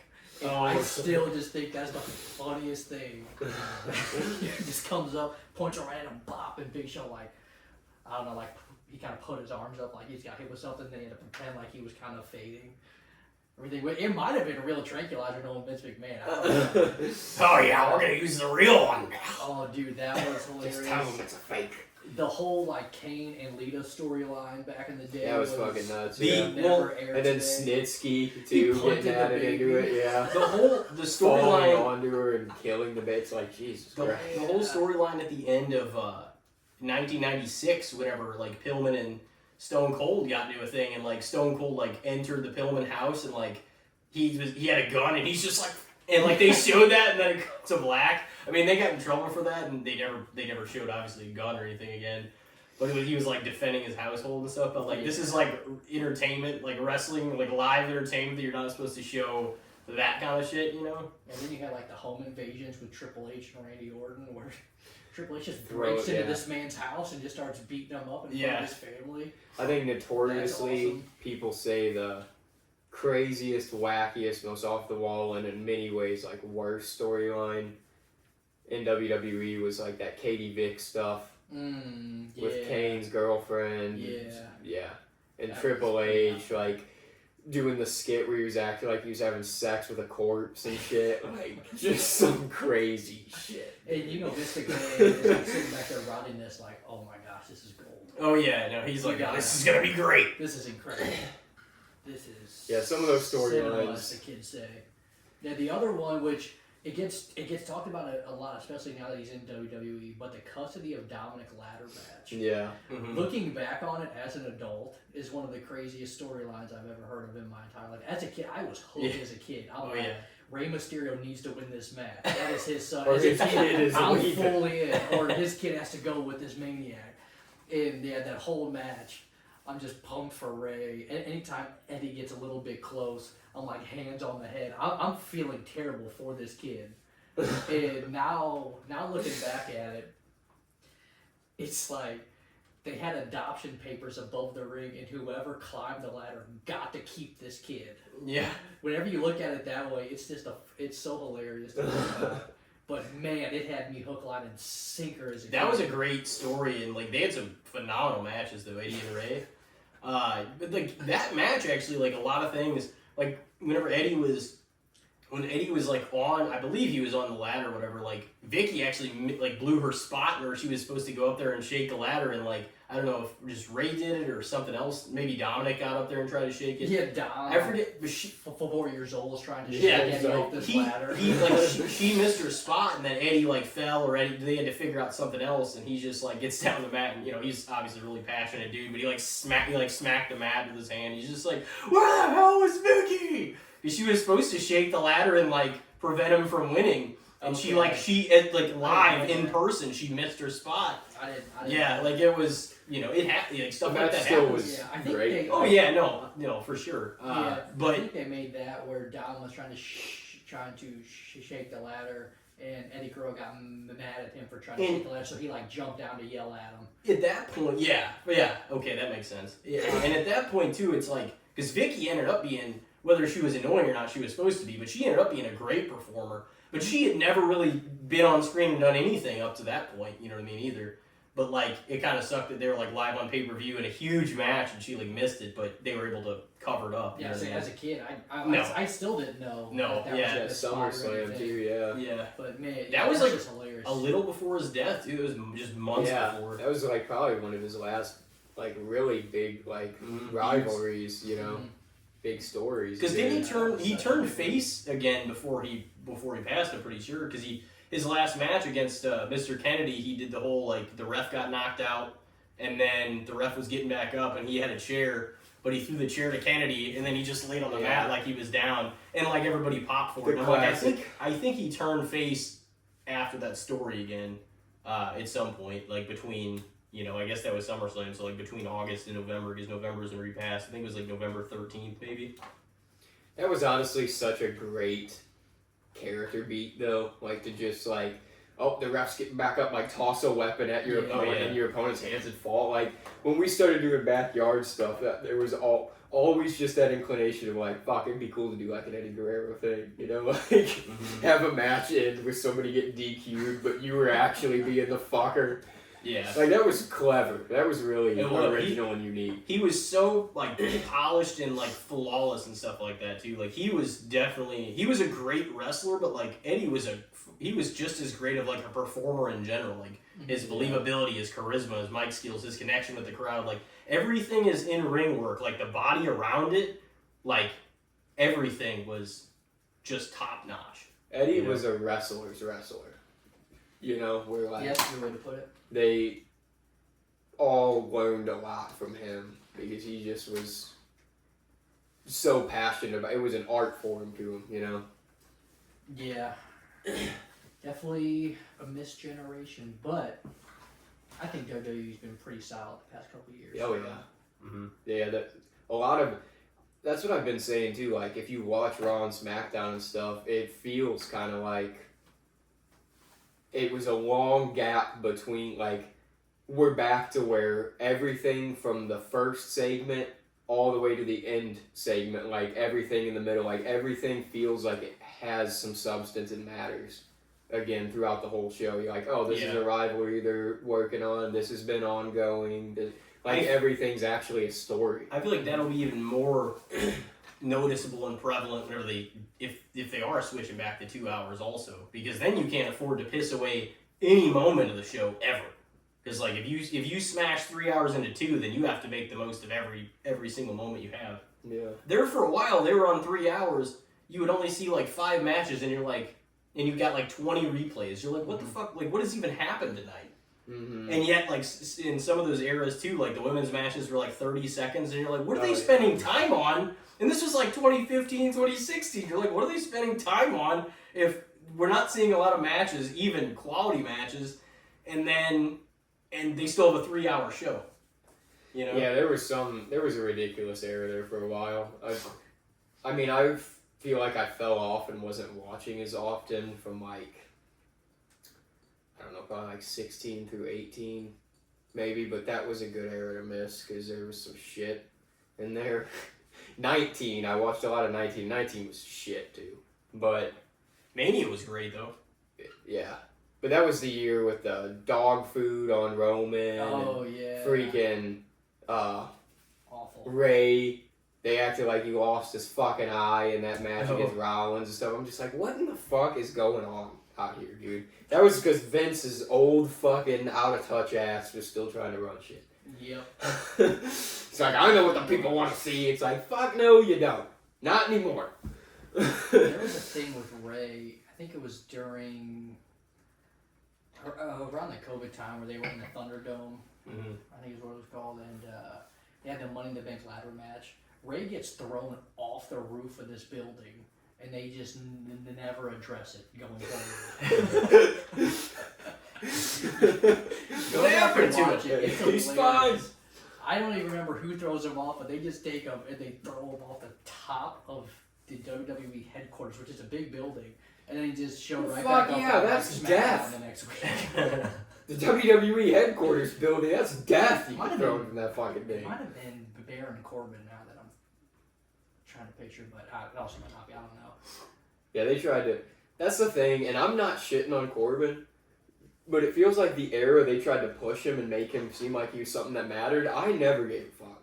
I was like, dude, I just wanted someone better in there most of the time. I was like I'm very disappointed that he happened to be Kurt's last match. That was horseshit. Mhm.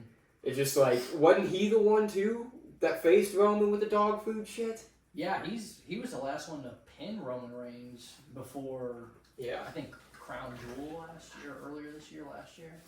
Yeah, the era, I feel like it was also the era that they were trying to really push him, but it was just a bad era. But It was. Well, Jay pinned him in where to break his like that long was Money in streak. the Bank last year. Yeah, Okay, Money in the yeah, Bank. Okay, yeah. so that was not Crown Jewel. Yeah, that was. It was a tag team match though, so it was. The tag team Yeah. match, yeah, and then he lost at Mania. But I think before he got pinned by Jay in that match, I think it was Baron Corbin in 2019 Yeah, that probably would have. was the last one to pin Reigns. Which, yeah, it's been an incredible run. Speaking of which, we can go right into this from this, but my first good, the bad, and the shits topic is, in a way, I guess, bloodline or Uso-oriented. Now, I'm not trying to paint the wrong picture here. We all love Jey Uso. I think I know where this is going. Why in the fuck would you build him up, make him look like a monster, and have him lose in a month and a half to Jey Uso, who should have in the last 15 years won a single title? And I mean, I'm not shitting on Jey Uso winning a belt, but why would you build up Breakker and then of all times that Sammy could have won it, cut Breaker's steam short? And I don't want to hear, he's gonna get it back, like that was his first that was his first big title. And this was the time they had put the belt on Jay. I think it was piss poor timing, and I don't think it was the move right now. To be So honest. is it? It's winning the title? It's basically Braun Breaker's short-lived Intercontinental Championship reign, less than 2 months. I've heard that they're going to push him to the world title picture now already. But if he's not going to win, I think it was badly executed. And yeah, I mean, I do see that from a certain standpoint because it's like, Jay, this is just a reasoning business-wise, I feel like. I'm not saying I agree or disagree with it, but it's just that Jay is like one of the most over baby faces on Raw. He's red hot. He's selling all the merch. He's finally at the point where he's like standing alone as his own thing. And they're like, well, he's been in the business, 14 years or something. Like, we're going to reward him. So they put the belt on him. And Maybe now he they're going should to have push taken it off Braun Sammy. up. Yeah, I certainly didn't expect it Yeah. when it happened. It's probably part of why they did it. Yeah. They have such a long title range now Mm-hmm. that it was just probably for shock value as well. Yeah, and nobody would have expected it on a random Raw either. I something don't like think that they all need to be a year by any means. Don't get me No. wrong. I think he should have held it for 4 to 6 months though. His first title reign. Well, also, like, how do He you could be become Gunther for the world a heavyweight. 10-time champion? You'll lose the title 9 times. Yeah. Yeah. So for sure. down the line, he'd be like, "Oh, he's a 12-time WWE champion." Well, he had to lose it 11 times to get there. And they're Yeah, also so- like turning him face really quick. You think Like- Lesnar could come back anytime? I mean, they could have. A little He's bit of a apparently feud was it to true? To put Braun Breaker over a little bit. 'Cause I know there's some comparisons with Breaker. Would that Brock could put be him the over next one. though? I think if you give Brock a big enough check, I don't think he'd care.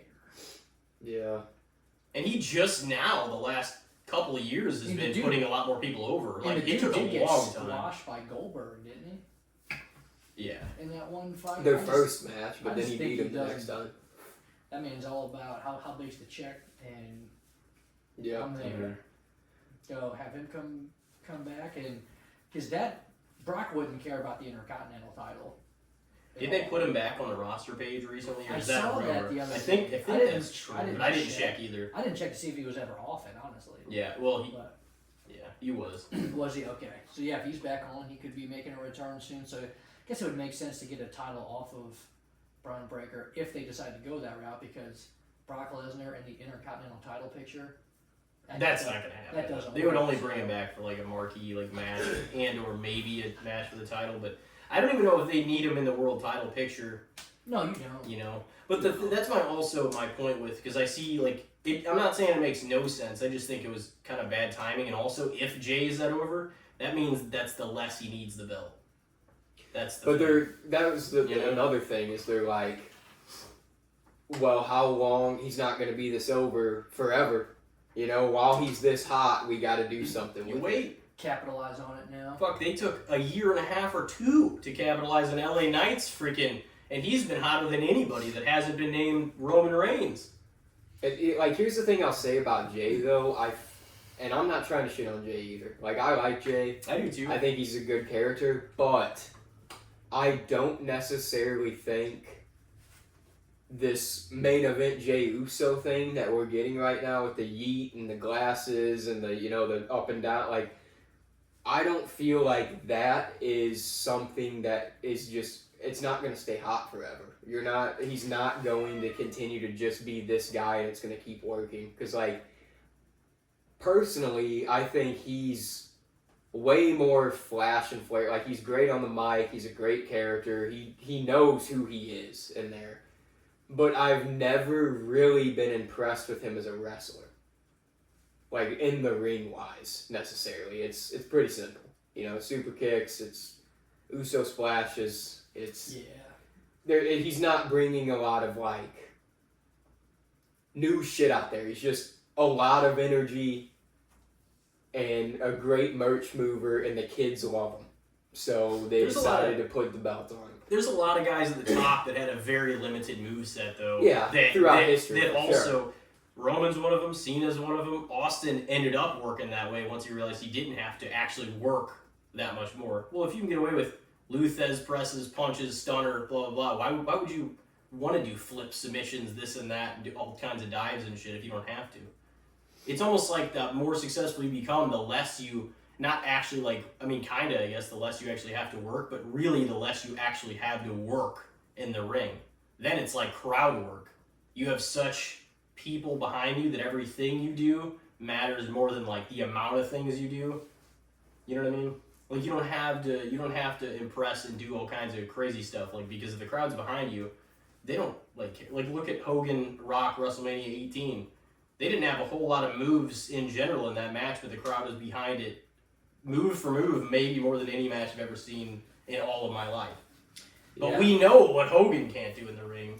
Well, that's the thing I was even going to bring up, is I've heard multiple wrestlers talk about Hogan telling them, oh, you know, the way to keep longevity in this business is to keep your boots on the ground, brother. Like, in other words, like, don't take unnecessary drops. Like, stay standing, stay planted to the ground as much as you possibly can. And it's like, that's not this generation. Like, they can't be Hulk Hogan, fucking just throwing punches and walking around the ring. Like, the shit has developed to a point where they almost have to be risking their bodies a little more nowadays than they were in the 80s.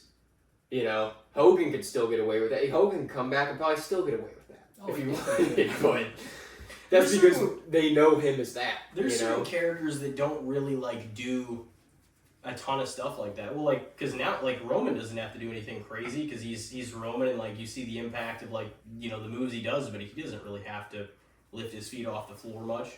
The Miz even said whenever him and Daniel Bryan had that fucking huge backstage flare up after, like, it's smacking or talking smack or whatever, after, like, whenever Daniel Bryan, however you want to say him, Bryan Danielson, couldn't wrestle because of his neck and everything. Whenever Miz blew up on him and he's like, oh, you work like a coward, and Miz is like, well, I work the way I work because I'm never injured, I never have to do this and that, like, and you know, and he doesn't, but he also doesn't do a bunch of dives, flips. He's never been that guy. He works on the ground, and like that has always worked for Miz. You know? I'm 100% on the Miz's side on that argument. But you do get way more longevity out of not having to work as much. But it depends on your relationship with the crowd, the amount of charisma you have. You have to be able to get yourself over in another way. I don't agree with this, like, the new generation at all, in the way that, like, oh, you got to do the craziest shit possible, and this is gonna get you over. Who? If nobody knows who you are and they don't care, you can do 16 fucking flips, and they're not gonna. Your body's gonna be beat to hell, and you didn't draw the house a dime. It's just the TikTokification of wrestling. I feel like, the heel. You need the little viral clip, the 10-second That's true, flip, too. Oh my god, look at him, he just went through fucking 3 plates of glass. Yeah. What matters is drawing, you know? Yeah. It is. I feel like more than a great match. heels, though, can get away. They can. More than baby faces, like, not having to do a bunch of crazy shit. Or If not they're getting a an ass good heel. beaten. You know, like, that Miz is a heel most of his career. Like, and it is kind of weird how that works, but it seems like generally, especially in the modern era at least, like, faces have to do more shit to, like, wow the crowd in the ring than heels do. Heels can be kind of slow and brooding and stay on the ground a little more. Faces, they gotta kind of, like, get the crowd to, like, give the crowd something to be like, fuck yeah, you know? It's tougher in ways to be a face, to be, like, a face that actually matters and has some sort of substance to them, you know what I mean? Because, like, to move the needle, no pun intended, but, like, you know, that's the truth. Because you can get away with way more and stuff, and it's easier to get people to not like you than, you know, like, because whenever they see it plain as day, like, when they tried to make Rocky Maivia clean-cut, babyface Rocky, they're like, who the fuck is this dude? Like, it wasn't until he started talking and getting people against him that people started, like, eventually loving him, because they realized how much talent, like, somebody like Rock had, you know? It's a formula that has never, ever failed, especially with, like, it's with somebody that's talented, for sure, you know what I'm saying? For somebody that really is meant to go that way, but it's, you know, whenever you turn them, whenever they clearly have talent, but you turn them heel and, like, allow them a little more freedom, because faces also are, like, heels can get away with more, and it might be easier in ways because you don't have to make everybody like you. You can just do within the right confines, like, whatever you want, as long as you're drawing heat, you know, and heat is what the business is about. But also, like, faces are the merch movers, you know what I mean? So you have potential to make a lot more money as a baby face than a heel too, you know what I mean? But the heels, more fun, more free. Yeah, so that's kind of the toss-up in a lot of ways. Yeah. Because whenever the kids are watching, like, because, I mean, we're like, oh, I like that guy or her or who, you know, whoever. Like, we might buy the merch regardless, just if we like the person. But, like, if a lot of kids are watching, you know, 1, 2, 3, 4 through fucking however old, if you're 12 or, I mean, eventually a lot of people start understanding the business, but, like, if your mom or dad's buying it or whatever, like, they're going to want the baby faces merch more, you know what I mean? Yeah. And that's who's going to move all the kids all the kids' products. I feel like. Yeah, as an adult, it's a lot different as a wrestling fan. Because there is that. This character's dope. Like, I feel like a lot of the times as an adult, like, I still like a lot of the baby faces, you know, here and there, but, like, yeah, sometimes when you get older, you're like, bro, this babyface character is just so plain, and, like, I've seen this shit before. Like, it feels like there's more complexity and more, like, nuance, and like you just have so much more fun and you laugh and shit during the heels promos. The face is always like, you know, they're like delivering a speech out there, but like the heel can make you fucking laugh. Like you can have a good time with the heel. The baby face has rules, like they have guardrails, like they have to fit, they have goalposts, and you have to consistently score within those confines. You don't have the freedom to branch out as much. And that's why I feel like it's also a lot fresher to see. Like you're probably more bound to see something you've never seen out of a heel than like a baby face. You know what I mean? Like a line you've never heard, you're like, oh shit! Like you've never seen somebody like, you know, play into a match and disrupt a finish that way, like as a heel would, you know.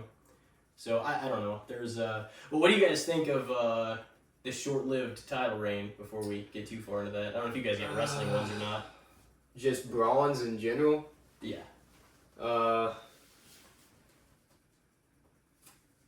it's kind of more about Braun than it is about Jay, but I had to start off that way. Plus, I'm gonna say that it's surprisingly. I'm gonna say that it's fair. Because while I was shocked and I'm not like I wouldn't have did it probably. I get exactly why they did it, and I feel like this is just going to more quickly push Braun to the main event picture. Like, I don't, like, it's not, this isn't going to do any damage to him in the long run. Like, he's still young. He hasn't been on the roster very long, and he already has won a belt. Yeah. It's just going to be another accolade on his career accolades at the end of the day. Yep, I'm going underrated for that fact right there. Really? A short-term title reign, they need to bring more of those back. I don't mind. No, I don't mind short-term titles. title reigns. I just mean his for this situation. Well, it's kind of the same with Braun Strowman a couple of years ago when didn't he win the world championship? I think some of the belts need to be flipped more. I think so out too. of randomly, but it needs to make sense in a lot of ways too. I'm probably thinking, well, Cody's not going to lose for 2 WrestleManias, so I can kind of clear on it. I don't know, man. I hope not. And I just pulled that out of thin air. Cody's losing in 2025 for sure. I'd be fine. Yeah, I have heard that too, which I've heard that. I'm not saying from credible sources, so this isn't going off of that. Yeah, we don't need everybody to hold that belt for years. I've heard it rumored that it still could be him and Rock, and he flips the belt to Rock. I'm not bullshitting. That is not from anything that's credible or confirmed by any means. I'm just saying like that's I have heard that floated around. But then the Rock's gonna have to be around for a lot of the year. I mean, Roman wasn't. He was around once every 3 months. months. Do you really think The Rock's going to want to have to wrestle that often? No, he wouldn't wrestle that often. Roman did. He defended like 2 times a year towards the end. Well, I mean, yeah, a few times, but he'd have to be at all the big market shows. He'd at least have to do Mania, SummerSlam, and one more probably. And he'd have to be there long enough to build it up too. I don't know what their plan is. I just heard that could be a potential thing that they do. I think his acting career has kind of taken a bit of a hit over the past couple of years, so he might want to get back into WWE just to build himself back up again. Black Adam, huge success. I think it was the most success he's ever had. You think? Yeah, no. I'll be honest, I've seen a handful of Rock films. I've never been like, this guy's trash, but I'm never like, oh, dude, The Rock's doing another movie? I gotta go see it. Like, I'm not like a big fan of his acting by any means.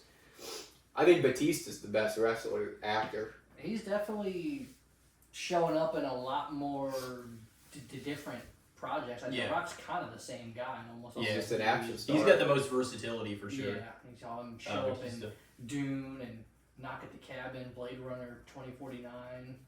Well, that was another dream of Batista's. The same as he wanted to go out and have a fight or two after he left wrestling for a little while, just at some smaller promotion or whatever. Like he wanted to just do he's just a human being that's trying to do different things. Like he realized he got into wrestling late. Fortunately, he was there long enough to make an impact, win some titles, leave his spot, and earn money that he was able to save and stuff, and have his place cemented in history. So like even though his long run wasn't that long, like there's people that are there for 20 years that don't leave the impact that he left. Whenever he was a full-time guy. Batista was fucking dope, man. Yeah, it was hard. I mean, all of it wasn't necessarily like the best, but like there's no denying like the amount of success he had.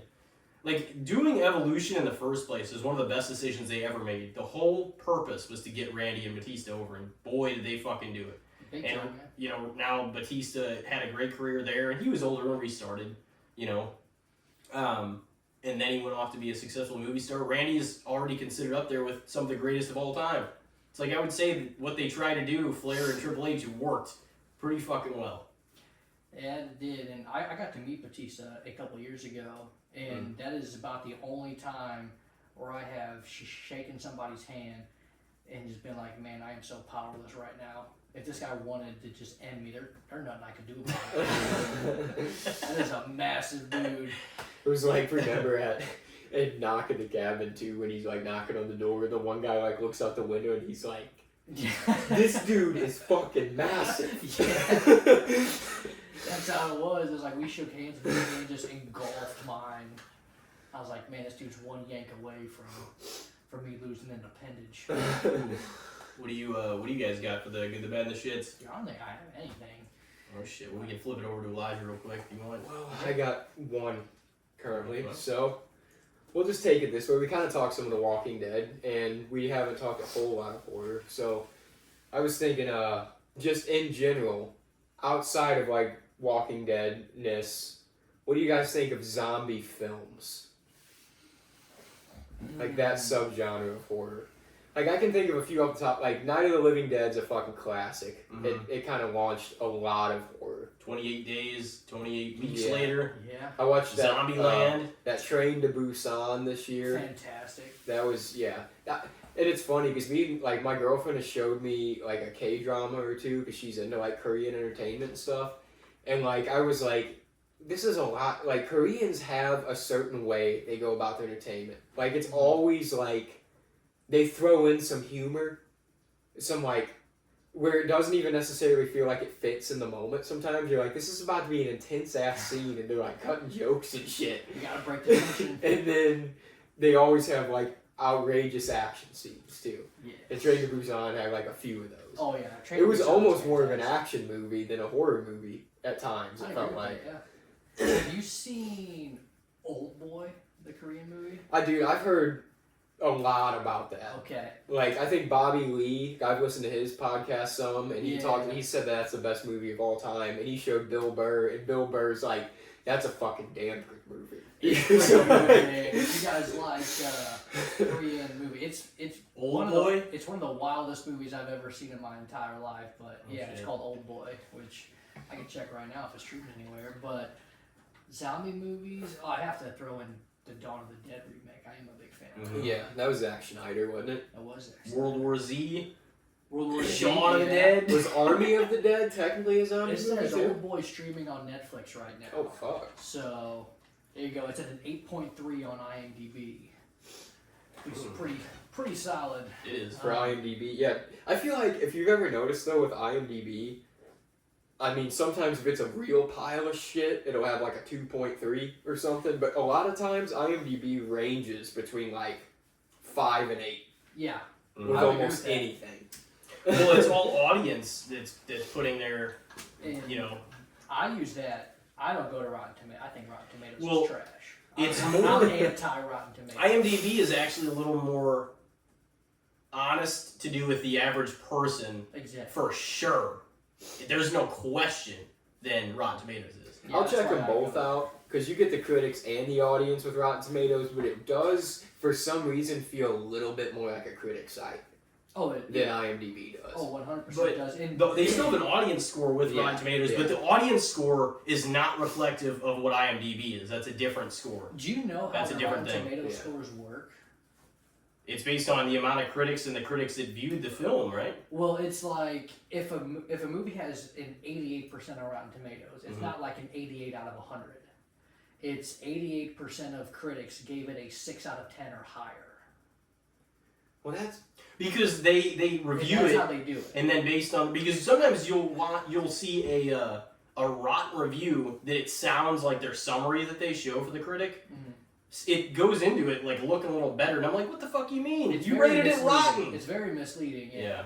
Because if a movie's 100% on Rotten Tomatoes, 100% of critics could have given it a 6 out of 10, and they're like, "This is 100%. Like this is gold." Well, it should But, definitely it's very be misleading. every critic gives a percentage Yes. to the movie, and then they just equivalate, the median. And that's the way Percentage. I think almost everybody thinks it works. Yeah, that's the way I've always figured I it thought worked. the critic either said it was rotten or fresh, and then they had their one review, and then it's in there. If it's a 6 That's out what I of 10, thought, it's fresh. If it's a 5, But that's a D. or if it's a 1 to 5, then So if it it's, fails, then it's rotten. then it's Yeah. rotten. Yeah. So if it's if it's a 1 to 5. So if it's on the- the lower half, yeah, it's right. to be fresh, it has to be a 60%.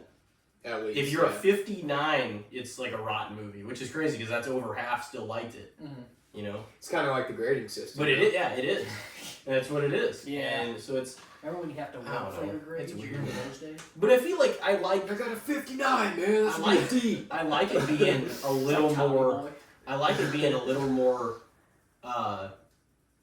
Kind of split up. Like that's why I'm like I almost honestly like percentages and shit like that. Or if it's like it's at this point that like there's a little more wiggle room than just saying what was it 0 out of or 1 to 10 or whatever. You know what I mean? Yeah, I'm so anti Rotten Tomatoes. Rotten Tomatoes are the Rams of the movie review world, in my opinion. I'll just take any chance I can to trash them. Most of the reviews are bought and paid for, and the system I think is Just like very misleading to people. Yeah. So yeah, they're on there. So yeah, so that's gonna be mine. What I would answer right now. Mine's Rotten Tomatoes. Overrated.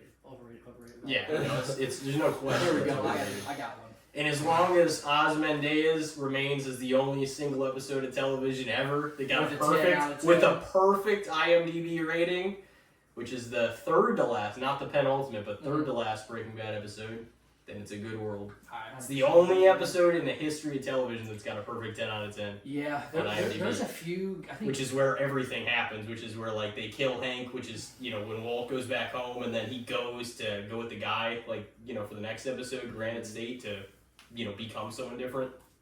All that happened in that episode. Yeah, that's definitely the best episode of TV. Bro, honestly, that was kind of fucking heartbreaking though when Hank got killed. I'm like, Oh yeah, Oh, that was and that was whenever he revealed that he let Jane die, that he all that I'm like that is great because for a long time too, Breaking Bad, and it's probably still up there if not the number one, but it was the highest rated show on IMDb of all time for a long time.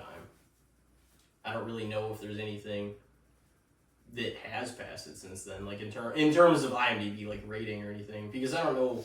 Because I think also there's a show like Band of Brothers, and there's a nature documentary too, but those are 8 to 10 episodes, so it's not really a that's fair what I comparison. mean.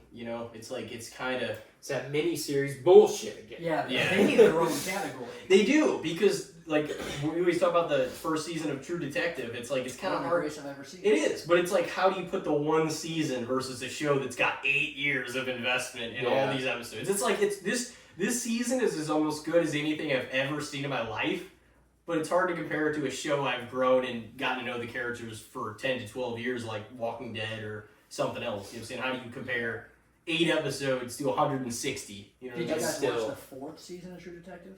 I haven't watched past the first. No, I tried to What's dabble the into 2. Night Country? Is that the recent one? Yes. Yeah.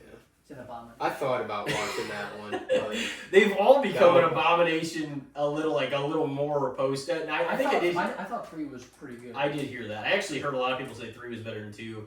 I agree with that. Yeah. I think 3 is 2, better than 2. it was stacked. The actors were stacked. Yeah. I don't think it's. I And don't think it's it's as not. bad as what people say, but it one seemed was like just one so of those perfect. shows at the very beginning where they're like, oh, we're getting high profile actors and Yeah. actresses. Yeah. for It doesn't every mean the season. script was better. Well, in the 4th season, they have Jodie Foster. That's what I heard. She's Like, kind of like Silence of the Lambs character and Right. shit again, Exactly, and which is one of the all-time great horror movies. Oh, it is. I watched, That's almost more like a thriller, but it is still a horror. Well, there's a lot of thrillers, suspense movies that are not horror either. That are, you know what I mean? All those types of things. They're I kind feel of like they they're can be considered. they're definitely they're part of the spooky season, but they're Yeah. not straight up horror. Yeah. Yeah, But I would definitely consider it horror though. There was a scene in the 4th season of True Detective. I don't really, I don't know, get mad at shows or anything. I was mad at one of the parts of season 4 of True Detective. I won't get into it too much, but there's a guy who, I don't know. All of that's not important, but he says, he's like, time is a flat circle. I got so mad when he uttered those words because it was just a throw-in reference for people to be like, oh, he said the thing. But under the context, oh, I hated it so much. Yeah. I was angry. I almost turned it off right then and there. He's like, well, time is a flat circle. I thought, how dare you stay where he stood. Did those characters exist in their world, or do they never make reference to that? Like, They do. You actually, it takes place in Alaska, which is where Rust is from. Okay. So you hear like hints of his dad. So yeah, it's in the same world, but oh man, I don't think I've disliked a show that I've watched week to week in quite a while. As much as I dislike that one. It's like, time to turn it on again, bitch, for another hour. It felt like homework. Like, oh, another episode of True. Oh my gosh. What was your topic? Zombie films. Oh yeah. Zombie films. I'm gonna say fair for that one. The good ones get recognized as good, like Train to Busan, 28 Days, and George Romero's, Night his Living Dead. Dawn of the Dead. The original Dawn of the Dead and Day of the Dead were pretty good too. Yeah, and whenever a zombie movie's good like that, I feel like people just say it's a good movie, not like a good zombie movie. But if one's terrible, which I've seen a few pretty bad I feel movies. like it's not hard to make a terrible zombie movie. I guarantee there's a ton of just. I was gonna say, you could make a zombie sure. film pretty low budget. Like you could make your own zombies out of just makeup. Yeah. And tell them walk lethargic or run fast, and there's a zombie. I've seen it. I have an answer and I have a question for you both, but I mean I think I know the answer. So I would say those zombie films. If you would have asked me this maybe a decade ago, I'd have probably said overrated because zombie films are like such a hot commodity for a minute, and I'm like, in a way, Walking Dead. Dude, it was like the 2012 of it was like, yeah, in a way, they're all kind of the same. Like, oh, it's the apocalypse. Oh, you gotta try to run from these things. Oh, a lot of the characters die. Maybe they find a cure. Maybe the final character dies. The end. There's a framework, but I think you can apply that to a lot of types of horror movies too. Yeah. But that one was a little different because it always had to involve the apocalypse, basically. Yeah. Oh yeah. Zombies coming on. Yeah. Yeah. Well, that's the thing too. Is like it does, and I'm like I can see why it would, even though it's annoying. It feels similar with a lot of movies, but also, like if somebody knows there's zombies out there, I don't think there's gonna be a piece of fucking like material that's like, yeah, we're all still going to school and drawing on the chalkboard and shit. Make one. But I will say, this goes into my question. This exploded once The Walking Dead took off, and they did. You can vouch. Yeah. Like zombie media took off all around. Do you guys? Is there, or do you think there will ever be something that is? Are you gonna be? Do you think that you'll ever be more of a fan of zombie content-wise, The Walking Dead, or is that undisputedly the king of zombie media for you? It's period. Going Show, movie, anything.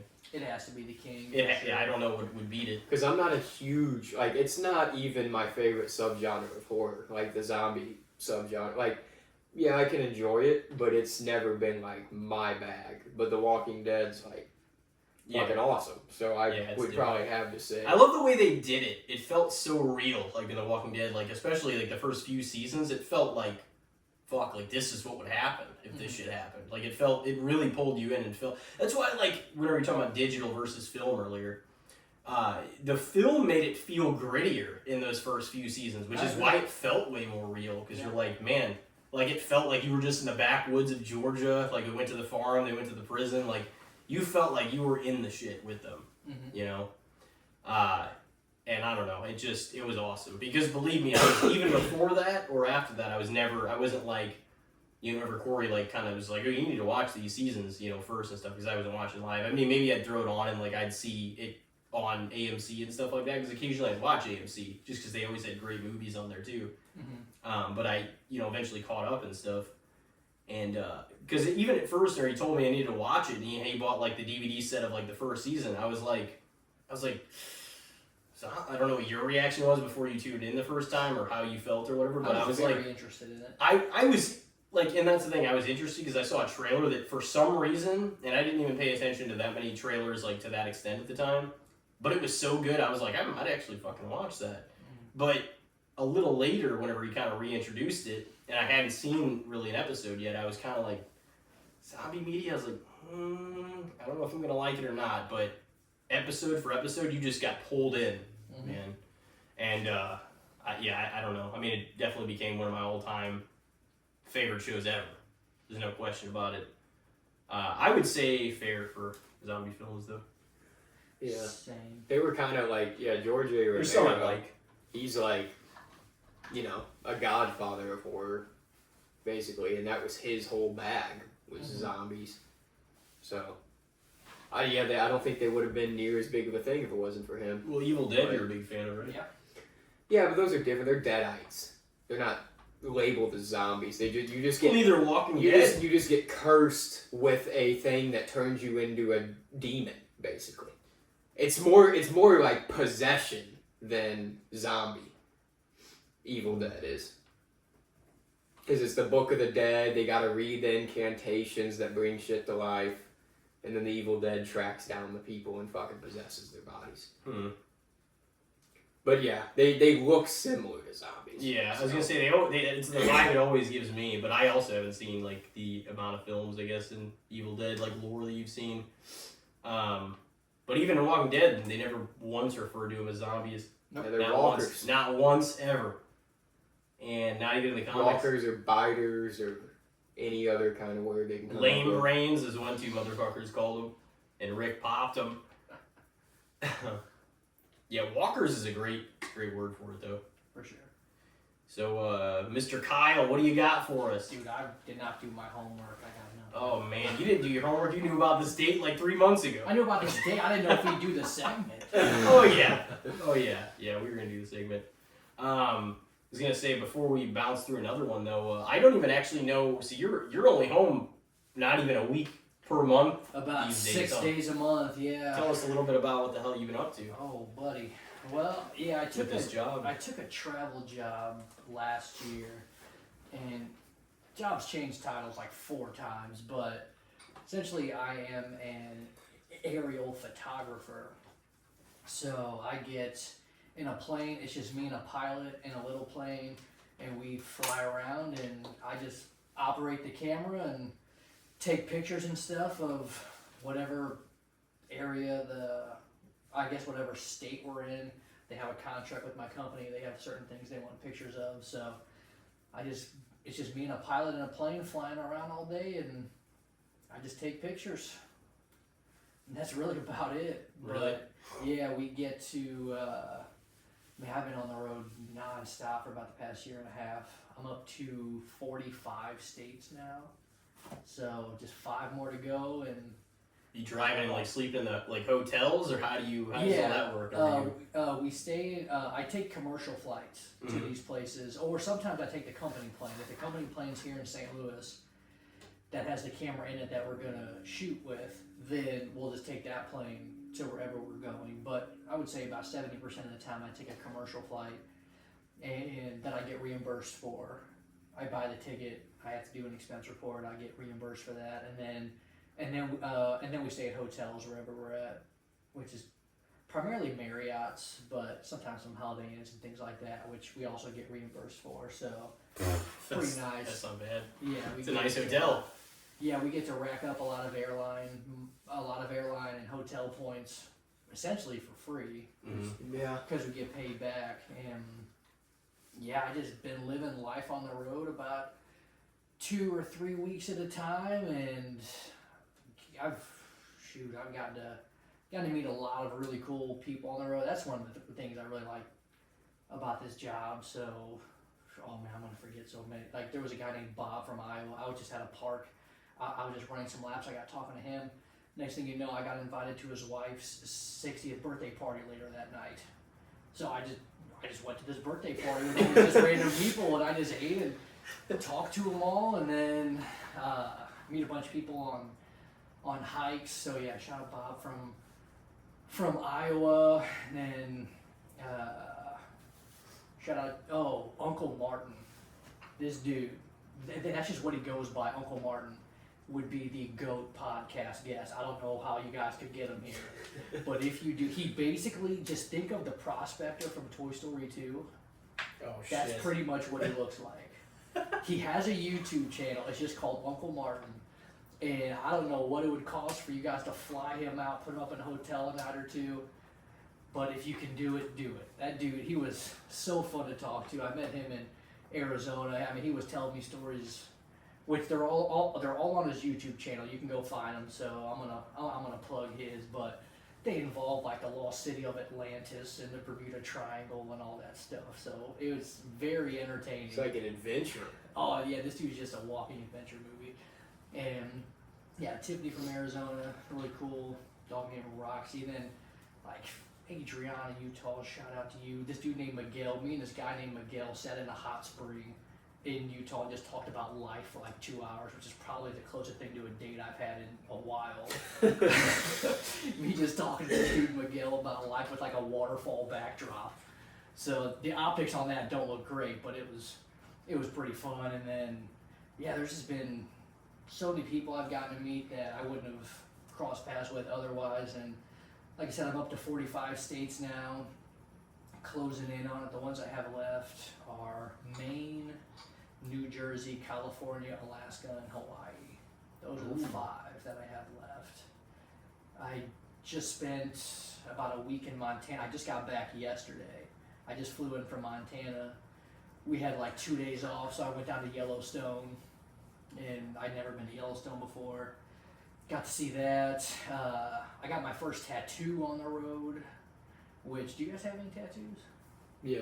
You I got got some? one here and one on my back. Yeah, I got one right down the wrist, or not the wrist, excuse me, the forearm from about the elbow to the wrist. And when I was laying there, getting the tattoo was not bad. I got it in South Dakota, just kind of on a whim. We had a day off, and I'd been kicking around the idea for this tattoo for about a year. And whenever I laid down, got the tattoo, whenever he got towards the nerves of the wrist, like my whole arm just started like internally turning into a shake weight basically. And like the whole thing was just kind of vibrating. And then whenever I stood up, there was just a sweat outline of it looked like a police outline where they would draw the chalk with the dead body. That's what my sweat looked like whenever I walked up. So I guess I didn't handle it as well as I thought I did. Yeah, I was the same way though. When I got this one and they got close to the middle of my back, like near my neck and my spine area. I was like, I didn't realize till I stood up and like literally sweat just poured down my face. I was like, and I felt the fine. sweat, I thought I bro. was getting through it great, and then I stood up. And my shirt's a different color in the back because it's just drenched in sweat. I looked up, and it was a perfect outline of how I was laying. It was actually kind of funny, but yeah, I got. So like, damn man, I gotta air this chair out before the next guy comes back here. What does it say? Oh, dude, I actually don't tell anybody what it says actually. Oh, really? But it's in Morse code. Oh. I'll say Morse code is very look upable if anyone wants to look it up, but I have yet to straight up just tell anyone what it means. Oh, okay. Which was very frustrating to a few of my friends whenever I got it. And then like a few people, I'll be on hiking trails, and they're like, "Oh, what's your tattoo mean?" I'm like, "I can't tell you." Can I take a picture of it and then it'll look it up like by Dude, itself? the amount of pictures that my arm is on right now is probably in the shit. double digits. Really? Because whenever you do these hiking trails, you don't have cell service a lot of the time, so people can't look up what Morse code means. I don't know why I do it, why I don't tell people. Uh-huh. I easily could. I don't even have a good reason for not. And I'm like, no, I just haven't done it yet. And then they go to look on their phone, there's no cell service. They're like, okay, well, can I take a picture of it? And I'm like, yeah, sure.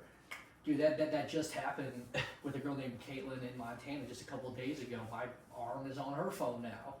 And it is kind of funny, but yeah, if you wanted to look it up, you are more than welcome to. I just can't come straight out and say I gotta keep some mystique, I guess. I don't know what the reason is, but then also, which I have not even talked about to anyone. I haven't even posted it yet, but checked off another bucket list item about 2 months ago. I went bungee jumping. Did you? I did. Oh shit. And I'll tell you, the difference between bungee jumping and skydiving is pretty noticeable. Mm-hmm. Skydiving, I talked about it before. You're 10,000 feet in the air. You have no perception of the ground. You're like, oh, I'm really not that high. This bridge I jumped off of was 200 feet off the ground.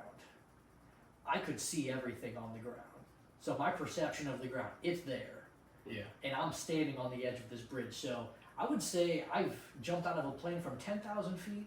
I've bungee jumped from 200 feet. Jumping from 200 feet is 1,000,000 times more terrifying than Well, jumping you're from like 10,000 feet. You're right there, and it probably looks like you're about to crash every time you fucking do it, doesn't it? It does. And the thing that got me, I was actually kind of bruised on my side whenever I went bungee jumping. Whenever you jump off, you reach, whenever the bungee straightens out, like you're as far down as you can go, it shoots you back up about 3/4 of the way, and then it drops you back down again, and then it shoots you up halfway, and then back down. So you get like 3 or 4 stomach twists throughout whenever you're doing that, because you go down, then you're back up in the air again. Oh, I'm falling again. But whenever I jumped down and I reached the end, I guess I didn't jump down straight. I might have been at like a little bit of an angle, but my whole body kind of jerked to the left, and I ended up having a bruise on my left, on like the left side near my ribs. And yeah, I haven't even posted about that yet. I think by the time this episode drops, I'll probably have posted it. But yeah, that was about 2 months ago. I was just at the hotel, and I'd been wanting to bungee jump for a while, but I looked up nearest bungee jump spots, and there was one about 30 minutes from the hotel. So I just gave them a call and see if they had any open spots, and they're like, yeah, how soon can you get here? It's like, oh, should I get there about 45 minutes? Great, we'll see you then. Where'd you say you were at whenever you did bungee jump? This was Washington State, not Washington, D.C. This was on the West Coast. And we had a job in Oregon. I spent probably 3 weeks in Oregon throughout the past couple months, but where we needed to fly was kind of North Oregon, so we were staying in Washington because it was cheaper. And yeah, there's happened to be a bungee jump spot about a half hour away, and they really rush you whenever you're bungee jumping, because I think it is so different from skydiving. Well, also whenever you're skydiving the first couple times, which I've done it a bunch now, but the first couple times, you have that tandem instructor on your back. They're the ones who jump. You're just along for the ride. Yeah. Whenever you're bungee jumping, you physically have to make yourself jump, which is way harder. Yeah. You have to psych yourself up for it. So whenever you're standing on the edge of this platform, which is only about the size of my shoes, it's not very big at all, they get you out there and they're like, okay, 3, 2, 1, go. And they just try to rush you off, so you're just not up there thinking about it. And I say it doesn't work all that great, because you're still standing on the edge and you're looking down 200 feet. And you physically have to make yourself jump off this platform, which jumping is pretty tough to do whenever you're standing flat-footed anyway. So it's tough to look cool whenever you do it. But yeah, you're the one that physically has to move your body off of this platform when every ounce of you is telling you not to do it. So it's way different in that aspect as well. So where's it attached to you at, and are you coming down head first or feet first? It's pretty much a harness. It goes like through your midsection, under your legs, up to like over your shoulders. And the bungee was attached to my chest. So I did it twice. I did it once jumping forward, where you you really don't land head first or You just kind of like feet first. You land kind of pancake style, like flat, and then you spring back up. The second time I did it, I jumped backwards off the platform. Oh yeah, there's which no is way I'd be doing that. what they call the elevator to hell, is what they call that type of bungee jump. And it feels like that, honestly, because you're not looking down or anything. You just Looking at the stand sky. there, and then you just jump back, and you fall down backwards, and that's feet first. But the first time I did it, I was more flat to where I wasn't really head first or feet first. It was just chest first, basically. Kind of like the skydive position, but bungee jumping. Exactly, yeah, the first time, and then they crane you back up, like they drop this wire or this other cable with a clip on it, and you have to catch the cable and then clip it to your chest, give them a thumbs up, and then they turn on the machine and they basically just reel you in like a fish. That's what they do. And since I was doing it twice, I got up there back on the platform. They gave me no time to process any of this. They just told me just to jump again. I didn't have a 5-minute break. I didn't have a 20-second break. I got up on that platform. They're like, okay, are you doing it twice? I was like, yeah. They're like, okay, face us, 3, 2, 1, go. And I just jumped again. Like, can I let the first one sit for a second? I know. Can I just process what just happened? But yeah, they try to rush you because people would sit on that platform for an hour trying to talk themselves into it. So they just try to rush you, which I guess if they were to count down 3, 2, 1 and I didn't go, they're not going to push me. So it's ultimately still you're the one that has to jump. But I guess they just try to rush you just to. Yeah, but you would think if you did it the first time, they know you're not going to back out the second time. Yeah, that's a really good point. Yeah, I'm still rattled from the first one, trying to figure out what I just experienced, and then here I am doing it again, doing the elevator to hell, and falling down backwards. But yeah, that's a blast if you guys are ever interested in that. I can see why, because like there's nothing like that sight 10,000 plus feet up in the air, like looking down and everything, but I can see why like your own demise would like appear closer if you're just, you know, going back up and down like that close, because once you fall out, like you're with another, you know, especially like part of you makes you feel better the fact that just somebody's attached to you, you know, as long as the parachute works. Yeah, that is key. But you would just be, you're so much closer to your like own demise if something happens, like commonly, you know, if you're about to hit the surface, you know, doing bungee jumping. I would definitely consider doing that as well. It's fun. I would probably bungee jump again. I prefer skydiving 100 times over bungee jumping, but if there's a high enough bungee jump, I know there's one in Canada that's about twice as high as the one I did. I would consider doing that. There's some over in Europe that are insane. Mm-hmm. I don't know why I would ever want to Like go all to Europe, cliffs and shit. yeah, if I'm ever over there and it happens, I saw one pop up on my Instagram, which, man, my Instagram algorithm, I don't know what your guys' algorithm's like. Mine's just half adrenaline based sports and the other half is just pure schizophrenia. I never know what I'm going to see on there, but I love it. It keeps me on my toes. But yeah, there was one, it was like a 2-kilometer cliff, which I don't know what kilometer is, but this was over in Russia. We're Americans, we don't care what a kilometer is. But whatever the metric version of that is, it was only like $150 to jump off the side of this cliff over there in Europe, and that just popped up on my Instagram just about 2 days ago, and now I'm like, well, if I'm ever in Russia, I want Hopefully to do this. I don't know what it would take for me to get there.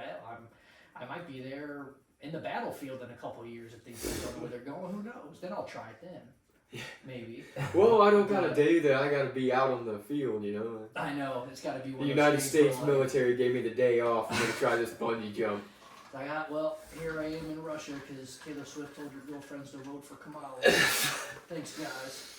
But yeah, that type of stuff. If you're into bungee jumping, or if you're into like the adrenaline stuff, bungee jumping's fun to at least do once. But Dude, it's not anything I'm itching to do again. Mm-hmm. I saw a clip before of these people like pranking people bungee jumping, and I'm like, you're bound to give somebody a heart attack doing this shit. They would like jump, but they were facing backwards. Yeah. So when they would jump off, they would act like something wasn't clipped to the rail, no. and they'd go, no, wait, and they'd be like holding a clip in their hand as the person was falling backwards. Oh my god. To make it seem like, oh, you're fucked. Like we weren't ready. That's gotta I'm be like, against some type of workplace law. Yeah, I'm like, that That's must have hilarious. just been adrenaline junkie friends doing it themselves. Like, there's no way that a place that was like licensed would be doing this You shit. do that on just a complete stranger. Oh man, that would be so wild. That's a way to make a person like pass out bungee jump. Like, oh.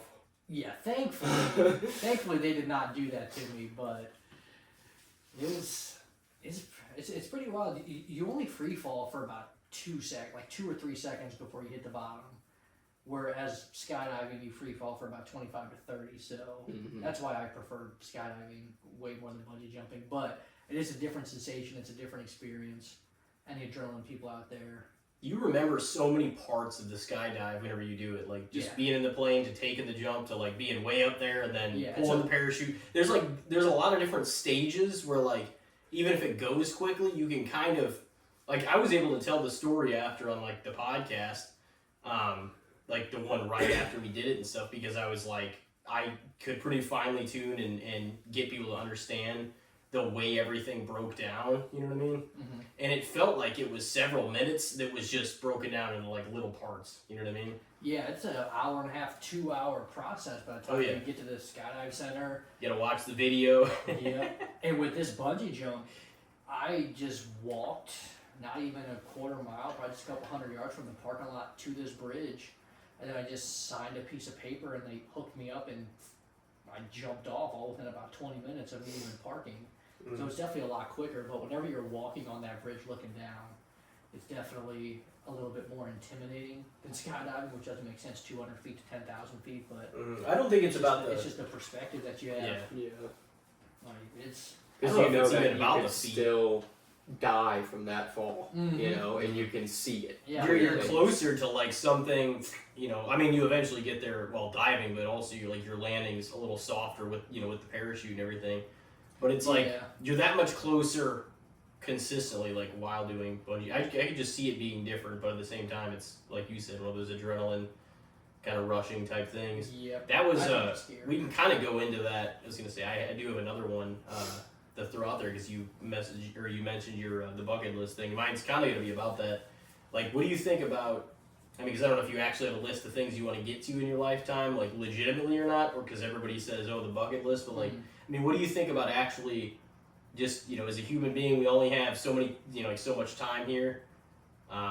You might as well get after the things you want to do, whether it's like live in another country, live in another state, take a vacation to here, you know, get married, have kids. Oh, I'm going to go do this. I'm going to go skydive. I'm going to go, you know what I mean? Like there's a million different types of things you can do. But I mean, like, what do you think about checking things off of a bucket list? Like making basically a personal, like, you know, list or goals, like objectives, things that you want to get to in your lifetime and pursuing them. Oh, I am huge on that now. Yeah. No, I think it's fulfilling because it's things that you actually want to do that like is personal to you. It might not be to anybody else, you know what I mean, in your life, but like there's certain things like that you want to accomplish, you know? Yeah, I didn't used to be that way. It wasn't only until probably just a handful of years ago. Went and probably had like a huge psyche change, and so big on that now. I will tell everybody to travel as much as they can and just experience as much as you can, which I know that's not always realistic or that's not attainable for a lot of people. Like I have a travel job, I'm in a new place every couple days, so it's a lot easier for me to go see these places because you know, it's not money out of my own pocket. I'm actually getting paid for it. And I'm getting reimbursed for everything I do spend.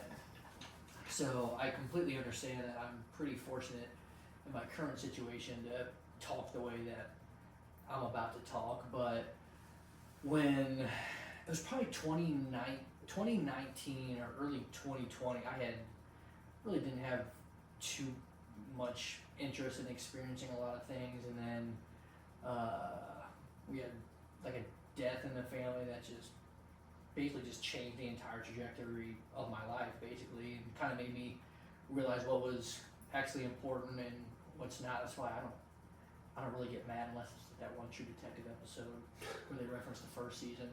But yeah, don't really get rattled, don't get mad. I just don't think that a lot of the small things people worry about are all that big of a deal anymore. So that's why I've been trying to focus on more of this big time experience type stuff, like going skydiving, like going bungee jumping. Yellowstone was on my bucket list. I just crossed that off last week, and that's the type of stuff that I think you'll remember in 50 or 60 years. You're like, I couldn't tell you what I did during an average work week 3 years ago. Like if someone were to ask, hey, what'd you do on work from September 12th through the 18th, 2018? Like, I have no idea. But if they ask me, oh, well, what were you doing October 17th through the 24th, 2017? I'm like, oh, I was in Colorado with my friends. So if you look at it that way, that's why I try to make more room for the experience type of stuff and seeing things, because that's what you remember. That's what people will talk about after you're gone. No one's going to talk about what an outstanding employee you were, how you never missed a day. Yeah. Anything like that. You got a day, your job's getting posted tomorrow. Yeah. And I'm not saying that. I'm not. He might bring that. you up at the next work meeting. He might be They like, might. I hope he missed. He was a good one. Yeah. But he is very replaceable. All right. And if you know anybody, please. On to the next recommend order of business. Flip the Moving sheet. on. What's for lunch today? Somebody who's buying the pizzas that. today? A donut in the break room and his birthday. Tomorrow that It's thing's like, gone. damn it, Ernie! Just- Did you eat his donuts? That was a memorial donut. Be like, and then they'd be like, well, fuck, he's dead anyway. Like, you know what? Ernie's just like, fuck it. He ain't gonna miss it. He's probably not mad at me over this. Oh, Yeah, like that. Yeah, I would definitely. You live it with more. Encourage. You live more purposefully, I would say, That's in a a lot good of way to ways. put it. Yeah, and a handful of years ago, didn't really have any of these experiences. I didn't really see a lot of these places. Now I'm up to 45 states, bunch of skydives under my belt, got bungee jumping under my belt, and I've knocked off a handful of national parks I want to go to. There's still one big thing on my list that I haven't done, and I was all set to do a couple months ago, but then the government had to get involved and give this company some trouble, so now that's indefinitely stopped, which if I end up being able to do this thing, I'll have to come back and talk about it. But that's really the only thing that I'm really kind of itching to do. But yeah, just being on the road so much. Plus, I get to meet all these new people, so I get their life perspective. Like this dude Miguel, sitting in a hot spring with a waterfall backdrop for 2 hours, just talking about life. I got to hear his story, where he's come from, and what he's learned along the way. And it's just, you just kind of pick up a piece or two from this person over here, a piece or two from that person over there, and you just remember that and kind of apply it to your everyday a little bit, and be a pretty well-rounded person at that point. Yeah. And then, and like I said earlier, who knows? I could die in a car on my way home from here today. Who knows? No one has any idea. And just got to do the stuff while you're able. Yeah. Won't always be able to do it. No one will always be able to do it, and I'm sure I'll be old and filled with a whole bunch of regrets, but at least I'll have some cool stories down the line. Or someone will have some cool stories to tell about me. I don't know. Yeah. I don't know what'll happen. Maybe one of these skydives won't work out for me. Who knows? But that'd be that'd an be a awesome hell of a way to go. That'd be awesome. That's what I said. I'm like, that'd be a great way to go. Oh, I think that'd be fantastic. I mean, I feel like the Maybe minute leading up to it would be pretty fucking panicking. yeah, I think the moment you realize that your chute's not opening, there's going to be a little bit of panic. Some people, a lot of panic. But I've never been in that situation. I can't speak for I'd be like, just I would aim just for the be like, trees. you know what? There isn't anything I can do right here. No. And there's no way you're surviving a 10,000 foot fall. It's like, maybe if I laid on my side. Maybe On my side. I don't know. There's Fuck just nothing no. you can do. There's nothing that won't. There's no way to land that just won't completely shatter your frame from that high Exactly. up. So at that Maybe if point, I could do a tuck and roll. maybe a pencil dive into some water. Maybe aim for a little creek. Dude, Yeah. you pencil dive, you might end up fucking thousands of You're feet gonna end up down. down, what's like the Mariana Trench or the Marin Trench, Oh, the man. deepest part of the ocean. And then some fucking deep sea creatures. yeah, hitting you're you. gonna. Dude, yeah, I would rather fucking die on the fall than end up in the deep dark sea. Oh yeah. I- Fuck no. Oh, that would be terrifying. Dude, the thalassophobia is real. I'm fucking terrified of the ocean. Dude, I get pretty uncomfortable looking at pictures and videos of the deep ocean, but then I'll get out there and just start swimming around and I won't even think about it. Mm-hmm. But then I'll look at my phone in the safety of my own bed, and oh my gosh, Seeing this that is- like this is ship terrifying. footage of when they're in like the deep sea and Oh, there's yeah. like bad storms Mhm. and they're like just up and down and like the waves are just That's- coming all over the deck. no, The I'm sea like, is angry. dude, I would be fucking grabbing the walls, throwing up, and trying not to pass out if I was on that shit. Yeah, well, I'm all big on life experiences. There's some you probably just shouldn't put yourself in to be able to have that experience, and that's probably one of them. Like some people can do it, like the crab fishermen and stuff. Oh, they yeah. do that They shit, make but good money doing that too. there's no you get Offshore one resorts. situation like that, and I'm like. Yeah. I think I would rather. I might be ready to shoot myself in the fucking head just to end it, to not have to deal with this situation any longer. I get that 100%. Yeah. I'd be right there with you. Yeah, there's really not anything more terrifying in my eyes than just the open sea. Yeah, Dude. that's what I mean. The people like the explorers back in the day taking a rickety ass wooden ass ship out in the middle of the deep sea, and Yeah. let's try to find something. Dude. There's no fucking way. Are you out of your mind, bro? There's this guy who always pops up on my Fucking Instagram. He always pops up on my Instagram, and he just goes around and he asks people, like, is there anything scarier than being alone with your own thoughts? And everyone's like, no, that's the scariest thing. And everything you're talking about right now, 1,000,000,000 times scarier. Like, could you imagine being stranded in the ocean? A big Okay. wave comes up, No ship, nothing. like alone with my Inside. own thoughts. That Well, seems, yeah. that seems pretty good to be stranded. So it's just crazy how everyone If you're talks stranded, about that. holding on to a shipwrecked piece of shit, Yeah. and then you fucking come into a storm in the middle of the sea. That would be the most terrifying thing That's that could way happen. terrifying than just laying in bed and thinking to yourself. Yeah, it's like just go be with people. Make you forget for a little bit That's at least. all you gotta do, yeah. I mean, it might not solve it permanently, but at least you can alleviate the issue. Now, if you're out there, you don't got a bit of a fucking choice. Yeah, You're nothing. done. I mean, I guess It's you're not going to be in your thoughts. You're just going to be in the holy fuck. It's just, yeah. I'm it's going to die done. out here. That's the Oh, only yeah. thought. You just gotta hope that there's some drunk guy celebrating the 4th of July still in like October, just hope he's still partying out there that comes across and picks you up. Yeah, you run across something out there. A cruise, a barge, Anything. anything. Try to reflect something to catch a plane. Do you have any more good, the bad, and the shits? I think Thrown into the I had mix one. here? I think I had one. Yeah, I'll just take it to sports real quick. Okay. I don't know if you guys have been keeping up. I mean, we can't really keep up with baseball that much. I can't watch the games ever, so I just got to rely on podcasts and social media. But the Detroit Tigers, the current run that they're on, says here on August 11th, the Detroit Tigers were 55-63 and 10 games out from a playoff spot with a 0.2% chance to make the postseason. They went 33-13 since August 11th and swept the Astros in the wild card to make it the ALDS. Hell of a run. Yeah, such a good Yeah. run for them. And It's honestly was so unexpected. Like I said, I haven't been watching, I haven't kept up with it as much as I used to or would like to anymore with baseball, but nobody was talking about the Tigers as being a no. contending team at all. I'll tell you the biggest difference in probably their locker rooms. You know who they traded before they went on their big run? Mm-hmm. Jack Flaherty, who I think was a head case here in St. Louis. The Jack Flaherty effect. He got away and they did He better. left, and then they just went on this insane run, and now they're in the NLDS. They're like, oh, thank God.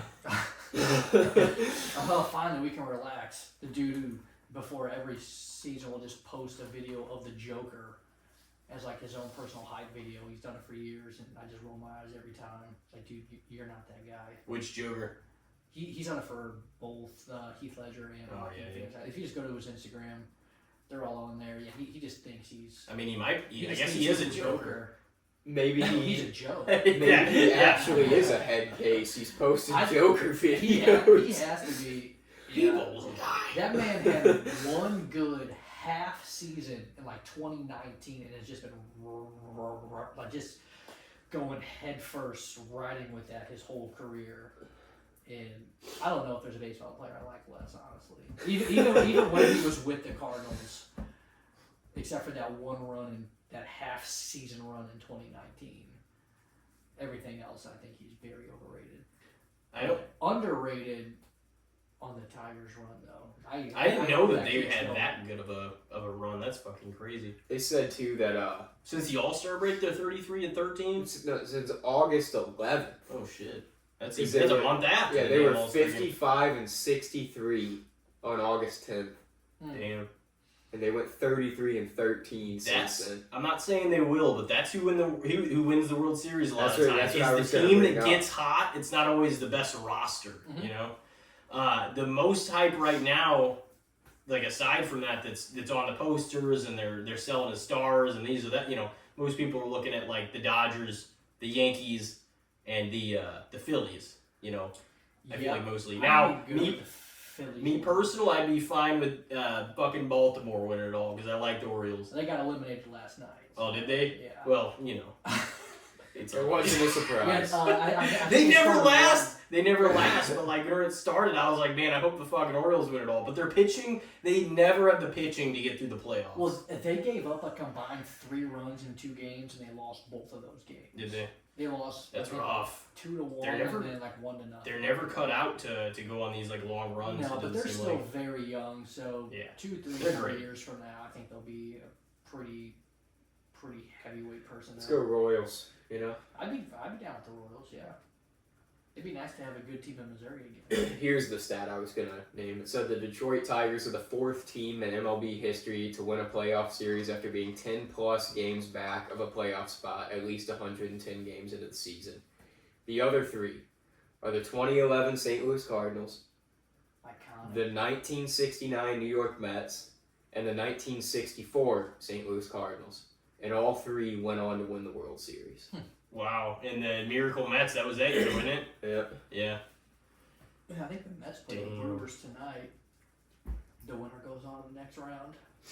I think that starts. What is it? 5 The minutes. Padres and the Dodgers? Yeah, that'll be a fun series. Yeah. That'll be California teams. Yep, that'll be a really fun one. Honestly, it seems like, no team's really going to have home field advantage in that series because there will be fans of each at each. Mm-hmm.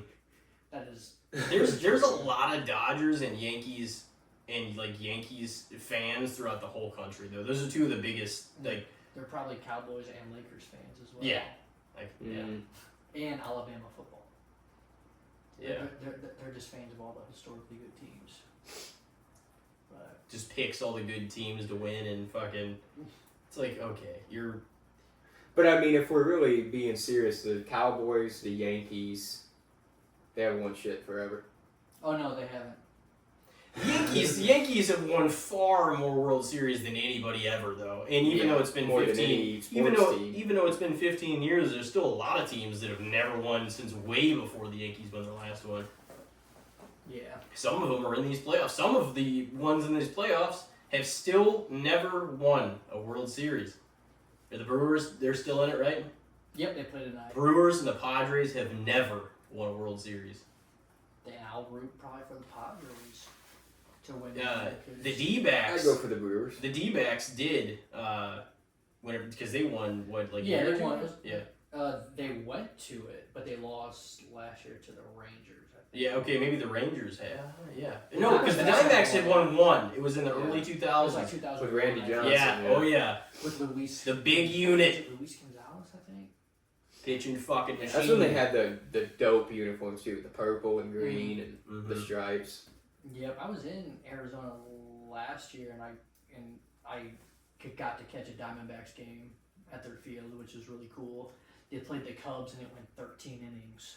Actually, yeah, I was kind of like the Diamondbacks. I don't know why. I enjoyed it. I thought the Yeah. atmosphere was great. The stadium was Phoenix cool. would be cool. I do really like Arizona. Yeah, I was gonna say I kind of like Scottsdale. Arizona.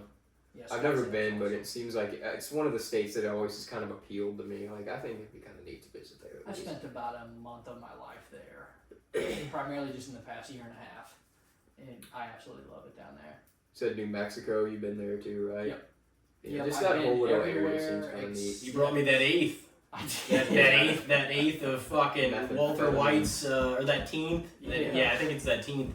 You brought me that teenth of Walter White's Blue. I believe from the candy lady down there, that Yeah. store, which I still carry their business card in my wallet. I don't know why, but I still. No, have that's it. cool. Don't they actually have Los Pollos Hermanos open in fucking Albuquerque? I ate Yeah. there. Did you? No, I want to go there. It's not called. It's called Twisters, Oh, really? but they have the inside the exact same as Do the they? show. Yeah. That's cool. Is that where they actually filmed it though too? Because they did I film believe in so, Albuquerque, yeah. And I heard they had to like kind of fence off a lot of where like Walt's house was because people kept They like did. going there and Yeah. fucking. I got pictures of it, and they just kept throwing pizzas on the roof, and Oh my god. Ah! just go to YouTube and type that in. There's a lady that lives there. She has a bunch of YouTube videos out. People try to take pictures of their house, and she just comes out and starts yelling at them. Oh, Yeah. man. Be like, Did you well, go? why? Did you go by it there? Like Yeah. even okay, just you had to. like, Yeah, I hey, went by bitch. there. Yeah, I took pictures and everything. It's like, hey, bitch, don't buy the house. Yeah, That's I- so You cool. know? and she'll come out and be like, "The show's been over for 10 years. Move on." Who gives a fuck? It obviously has a giant fandom. Yeah. Why the fuck would you buy that house? If you, what do you expect? Makes no sense. Was it her house like before like that Did all she happened? give it to I him don't, for I don't filming? know on that one. Damn. I'll have to look it up, but there's a bunch of YouTubes out there. You ought to send me some like of the these pictures. I'm move. kind of curious about it. I want to see like Of the Breaking Bad sites? Yeah. Yeah. some of the I'll sites you I'll see, and definitely I'm do like, that. I have a bunch. that is something not like if that I put like some thought into, but I'm like I would not mind because they shot on location in that show. People don't realize that like they shot on location all the time. So there's so many sites down there that like that was actually like it was all in the show. Mhm. And Better Call Saul, like they filmed all that same, They did. same kind of place. Yep, I was down in Albuquerque as they were filming Better Call Saul. I didn't get to see anything, but they had a lot of the sets. Mm-hmm. They had like Saul Goodman's office completely boarded up and cardboard on the windows from all the advertisements and everything like that. And, That's yeah, so. It was pretty cool though. That's so cool though. Fucking, I don't know. But yeah, there's oh yeah, I think there's one more question. I know we got to wrap up here pretty soon, but Oh yeah, you had one more. I have one just kind of crazy question that think about it. And it wouldn't be an appearance if I didn't bring some thought-provoking type thing. So, do you guys think the whole Rosa Parks thing was staged? Oh boy, here we go. Last time it was fucking Ellen Keller. Here's Okay, my well thoughts on let it. me see why you think it's staged. Okay, there's a woman by the name of Claudette Colvin who was arrested for that same thing like 9 months before, before Rosa Parks. You can all Google the name right now, Claudette Colvin.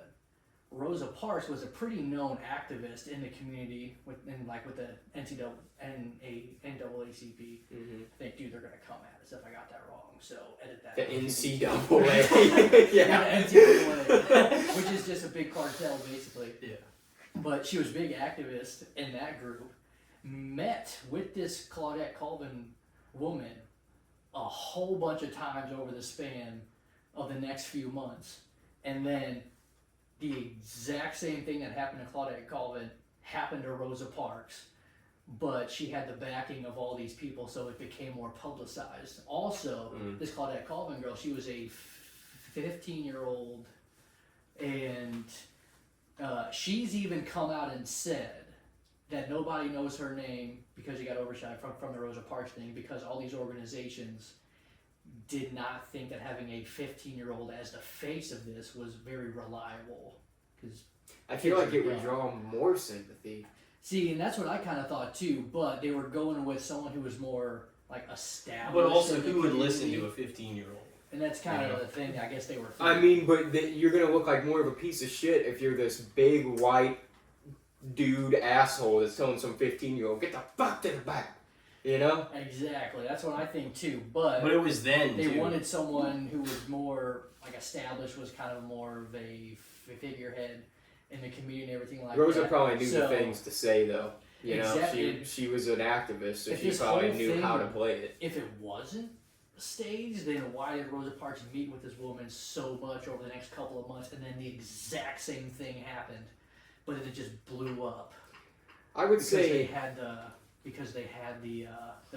backing of the organization. She was already involved. The thing is like on paper, like there's no way she did it and expected like not to be surprised or like I guess I don't know how I would frame that. Like whenever somebody well, asked yeah, her to she get wanted up, to make a movie. yeah, for for sure. There's no way she did it without Wanted to create intending on waves. it creating something. So I don't. Which was smart. I mean, it did bring attention to the subject. But that only gives cause to his. Yeah, that's theory. what I mean. I could see her getting the idea from that girl, for sure, Mhm. and then having the organization to back her. So yeah, I guess if you were looking at it from that aspect, yeah, maybe it was in a way staged, but it was smart as fuck. Like I mean, it definitely paid off. it became a monumental piece of history. Yeah, I go back and just look at some of these things just Mm-hmm. because after the whole Helen Keller faked it thing, or she didn't fake it, but it was definitely Nobody not should be real. too offended because the other thing is this. Even if let's just say what you're saying is true. Even if it is, it ain't the only piece of history, folks. That was staged. I hate to fucking break it And to that you, was kind of but the you're an point. idiot if you think But it I isn't. mean, also, it being staged doesn't take away the effect that it had. Well, no, but that's the entire reason to do it. Yeah. Is because of the effect it was gonna have. Yeah. Yeah, so, That's why, like, it It doesn't. happened organically to that woman, Claudette Colvin, Interesting. and it just didn't. Take off. It generated no headlines, anything like that. Rosa Parks meets with her a whole bunch of times over the next couple months, and then 9 months after Claudette Colvin was arrested for the same thing, Rosa Parks has her event, Mm-hmm. and then bam, changes the course of history, pretty much. So She strategized. I'm not bashing it. I'm Yeah, not She's a saying strategist. that it's like wrong or anything like that. But the question was, do you think it was staged? Her I doing think it, was. her doing it, she knew that it was going to cause a reaction. There's no, you didn't know. Oh, I didn't know I was supposed to sit here. Like, there's no misunderstanding in that time. Mhm. There's no way you didn't And know it's not what like that was she going was to a happen. young woman. Like, she grew up Yeah. in that racist world. So it There's, was like... there's no way you didn't know it was going to happen. That's what, yeah. Regardless, it was like she did it purposefully to send a message because yeah, like Tim said, she knew in that era, in that world that she lived in, that it was going to cause waves. She had an understanding. So even if it wasn't, staged like in the fact that it had to have been in a way though. I mean I can't say because I don't know the Claudette girl. And nobody does. That's the crazy part. Well, that's the thing. It's like even if it's like if she had that pole and that those eyes and stuff on her anyway, she was already an activist. Like even if it wasn't staged by somebody like bigger than or whatever, it's like either way she still pulled that trigger because she knew the kind of reception it would kind of create. So like no matter what, she could have almost pulled the strings and the whole thing herself. Mm-hmm. But just doing it at the right time is the thing. Yeah, I think if you go back in history, a lot of stuff like that, it doesn't. Man, it's like the more you look into it, the less genuine almost everything seems. Like, Oh, yeah. Oh, you look at like just different, like attacks or like deaths or assassinations and stuff like that. There's been a lot of things that are like, it doesn't mean it like didn't happen. Nobody's saying, but like a lot of things were set in place only to promote the government's agenda. That's exactly fucking. And if you don't think they haven't been pulling the strings like this entire time, it's like that's exactly what's been going on. I agree. Sad. It's sad because it's so fucking disingenuous. Yep. And that makes me sad for the fucking world. And we're not ever getting, nobody, no country, nowhere in the world are you getting the legitimate 100% factual history. Oh no. Every country has their own history. They revise it to fit their agenda. Everybody does, you know? History is written by the winners. That's what they say. For sure. Yeah, like I'm sure, you know, I know Germany and Italy and stuff, they probably, Japan, they probably, you know, kind of graze over World War II and the Holocaust. It's the same that we do with the Trail of Tears and the Native Americans. Stuff. Like, we don't spend a whole lot of time on the spots where we're the villains. Nobody does. Yes. Yeah, it's kind of crazy how the bad guy has lost every big time war. Yeah. Yeah. And the good guys have always won. Yeah. I'm very thankful for That's that. true. No, that's funny. Interesting. Yeah, had to. I can definitely understand, like, why you would say that and point that out, like, bring it up in general, for sure. No, plus it's just. I didn't know what question you were going to hit us with. Oh, dude, it's just a wild thing to say out loud, Mhm. so I wanted to get two other opinions on it. Hey, and there's no better place in a public than something that all the public can hear. Oh, yeah, for sure. It'll be out there. It'll be out there. They can fucking, you know. Yeah, I'm gonna have everyone be like, this is a conversation you need to have in a group chat, maybe just not out in the world. This is, Oh my God. we're all going to get doxxed. I get a good solution for it. Be like, just don't listen. 150 and last episode of casting. Damn. Well, you are 150. That's for right. damn sure. Got to bounce here, I guess, pretty shortly. Yeah. Already. I don't even know what time we got. So I think it's a sad. little Oh, bit after shit. 6. Yeah. Well, any final thoughts here? This is your first time. This is your 5th appearance. You're the first one to 5 solo episodes. You are our 2nd guest ever.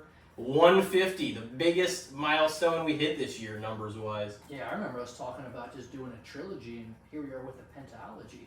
Yeah, we've got you've got like just a saga now. You know what I mean? Like you do. You've put in the work. Nobody's got longer Certainly episodes. has. He is the marathon man. Yep, you lived up to it. Whew. Yeah, and we could probably keep going for a couple more hours if I didn't have to head out here. So. See that Blues game. Yep. Who are they playing? Dallas Stars. Okay. Yeah. Smack the shit out of them. Absolutely. But yeah, no, I think I want to leave on the government lies about everything thing. I think that's a good last thing to have in everyone's minds. Yeah. No, it's never bad. It's never wrong either. So I've talked about how Government kind of talked about equals Rosa Parks. I don't know corruption. what historical person I'm going to try to poke holes in next, but I'll think about it. Okay. Well, ladies and gentlemen, this has been episode 150, Casting a Spotlight. Kyle's first and only so far October episode, so the first time you debuted during spooky season. That's First right. time with these You mics. opened us up, yeah, first time with the new equipment. You've opened us up, and the first time you've been on since we'll probably never break how long you're, I mean, possibly could, but I was going to say just because we know what we can do in here. Yeah. But that damn near 5-hour episode, that's a tall task too, you know? It's pretty tough to get over top of that, but It definitely is. So, well, you could definitely try. you got anything else? You got anything else? No. I think I'm good. Well, it has been a pleasure having you as always. Glad you were able to spend a few hours in here with us. Hell yeah. Throw around some ideas. Yeah, Always sorry a good time. the schedule's so crazy, not being home, but just about a week a month that we've had a couple other dates that just haven't worked out, but I'm glad we finally locked one down and we could make it happen. We did, For a yeah. first yeah. time. And you opened up October, so everybody else has just got to follow this effort. Big month. Hoping they come in with the heat. I hope so. They can't bring anything less, man. So, I guess, well, I hope you take care on your adventures and your travels out there. Stay safe. Good luck. And I hope you get to see all 5 of the other states. I'm sure you'll go to someplace like Cali here pretty soon. I'm hoping. Because that's, it's kind of a surprise that that's one of them you haven't been to yet. I know, it is really. You know? Because you've hit all the other marks out there in the West. I know. That's just the last one standing out there. Wild. Look at that. It's like the one state I have on you. All right. I've been there. I lived there.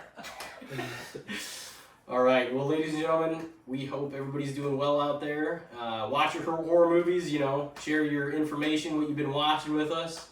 Hopefully, you tune in big for Kyle's episode. And we will see everybody on the next one. Take care of yourselves out there and be safe.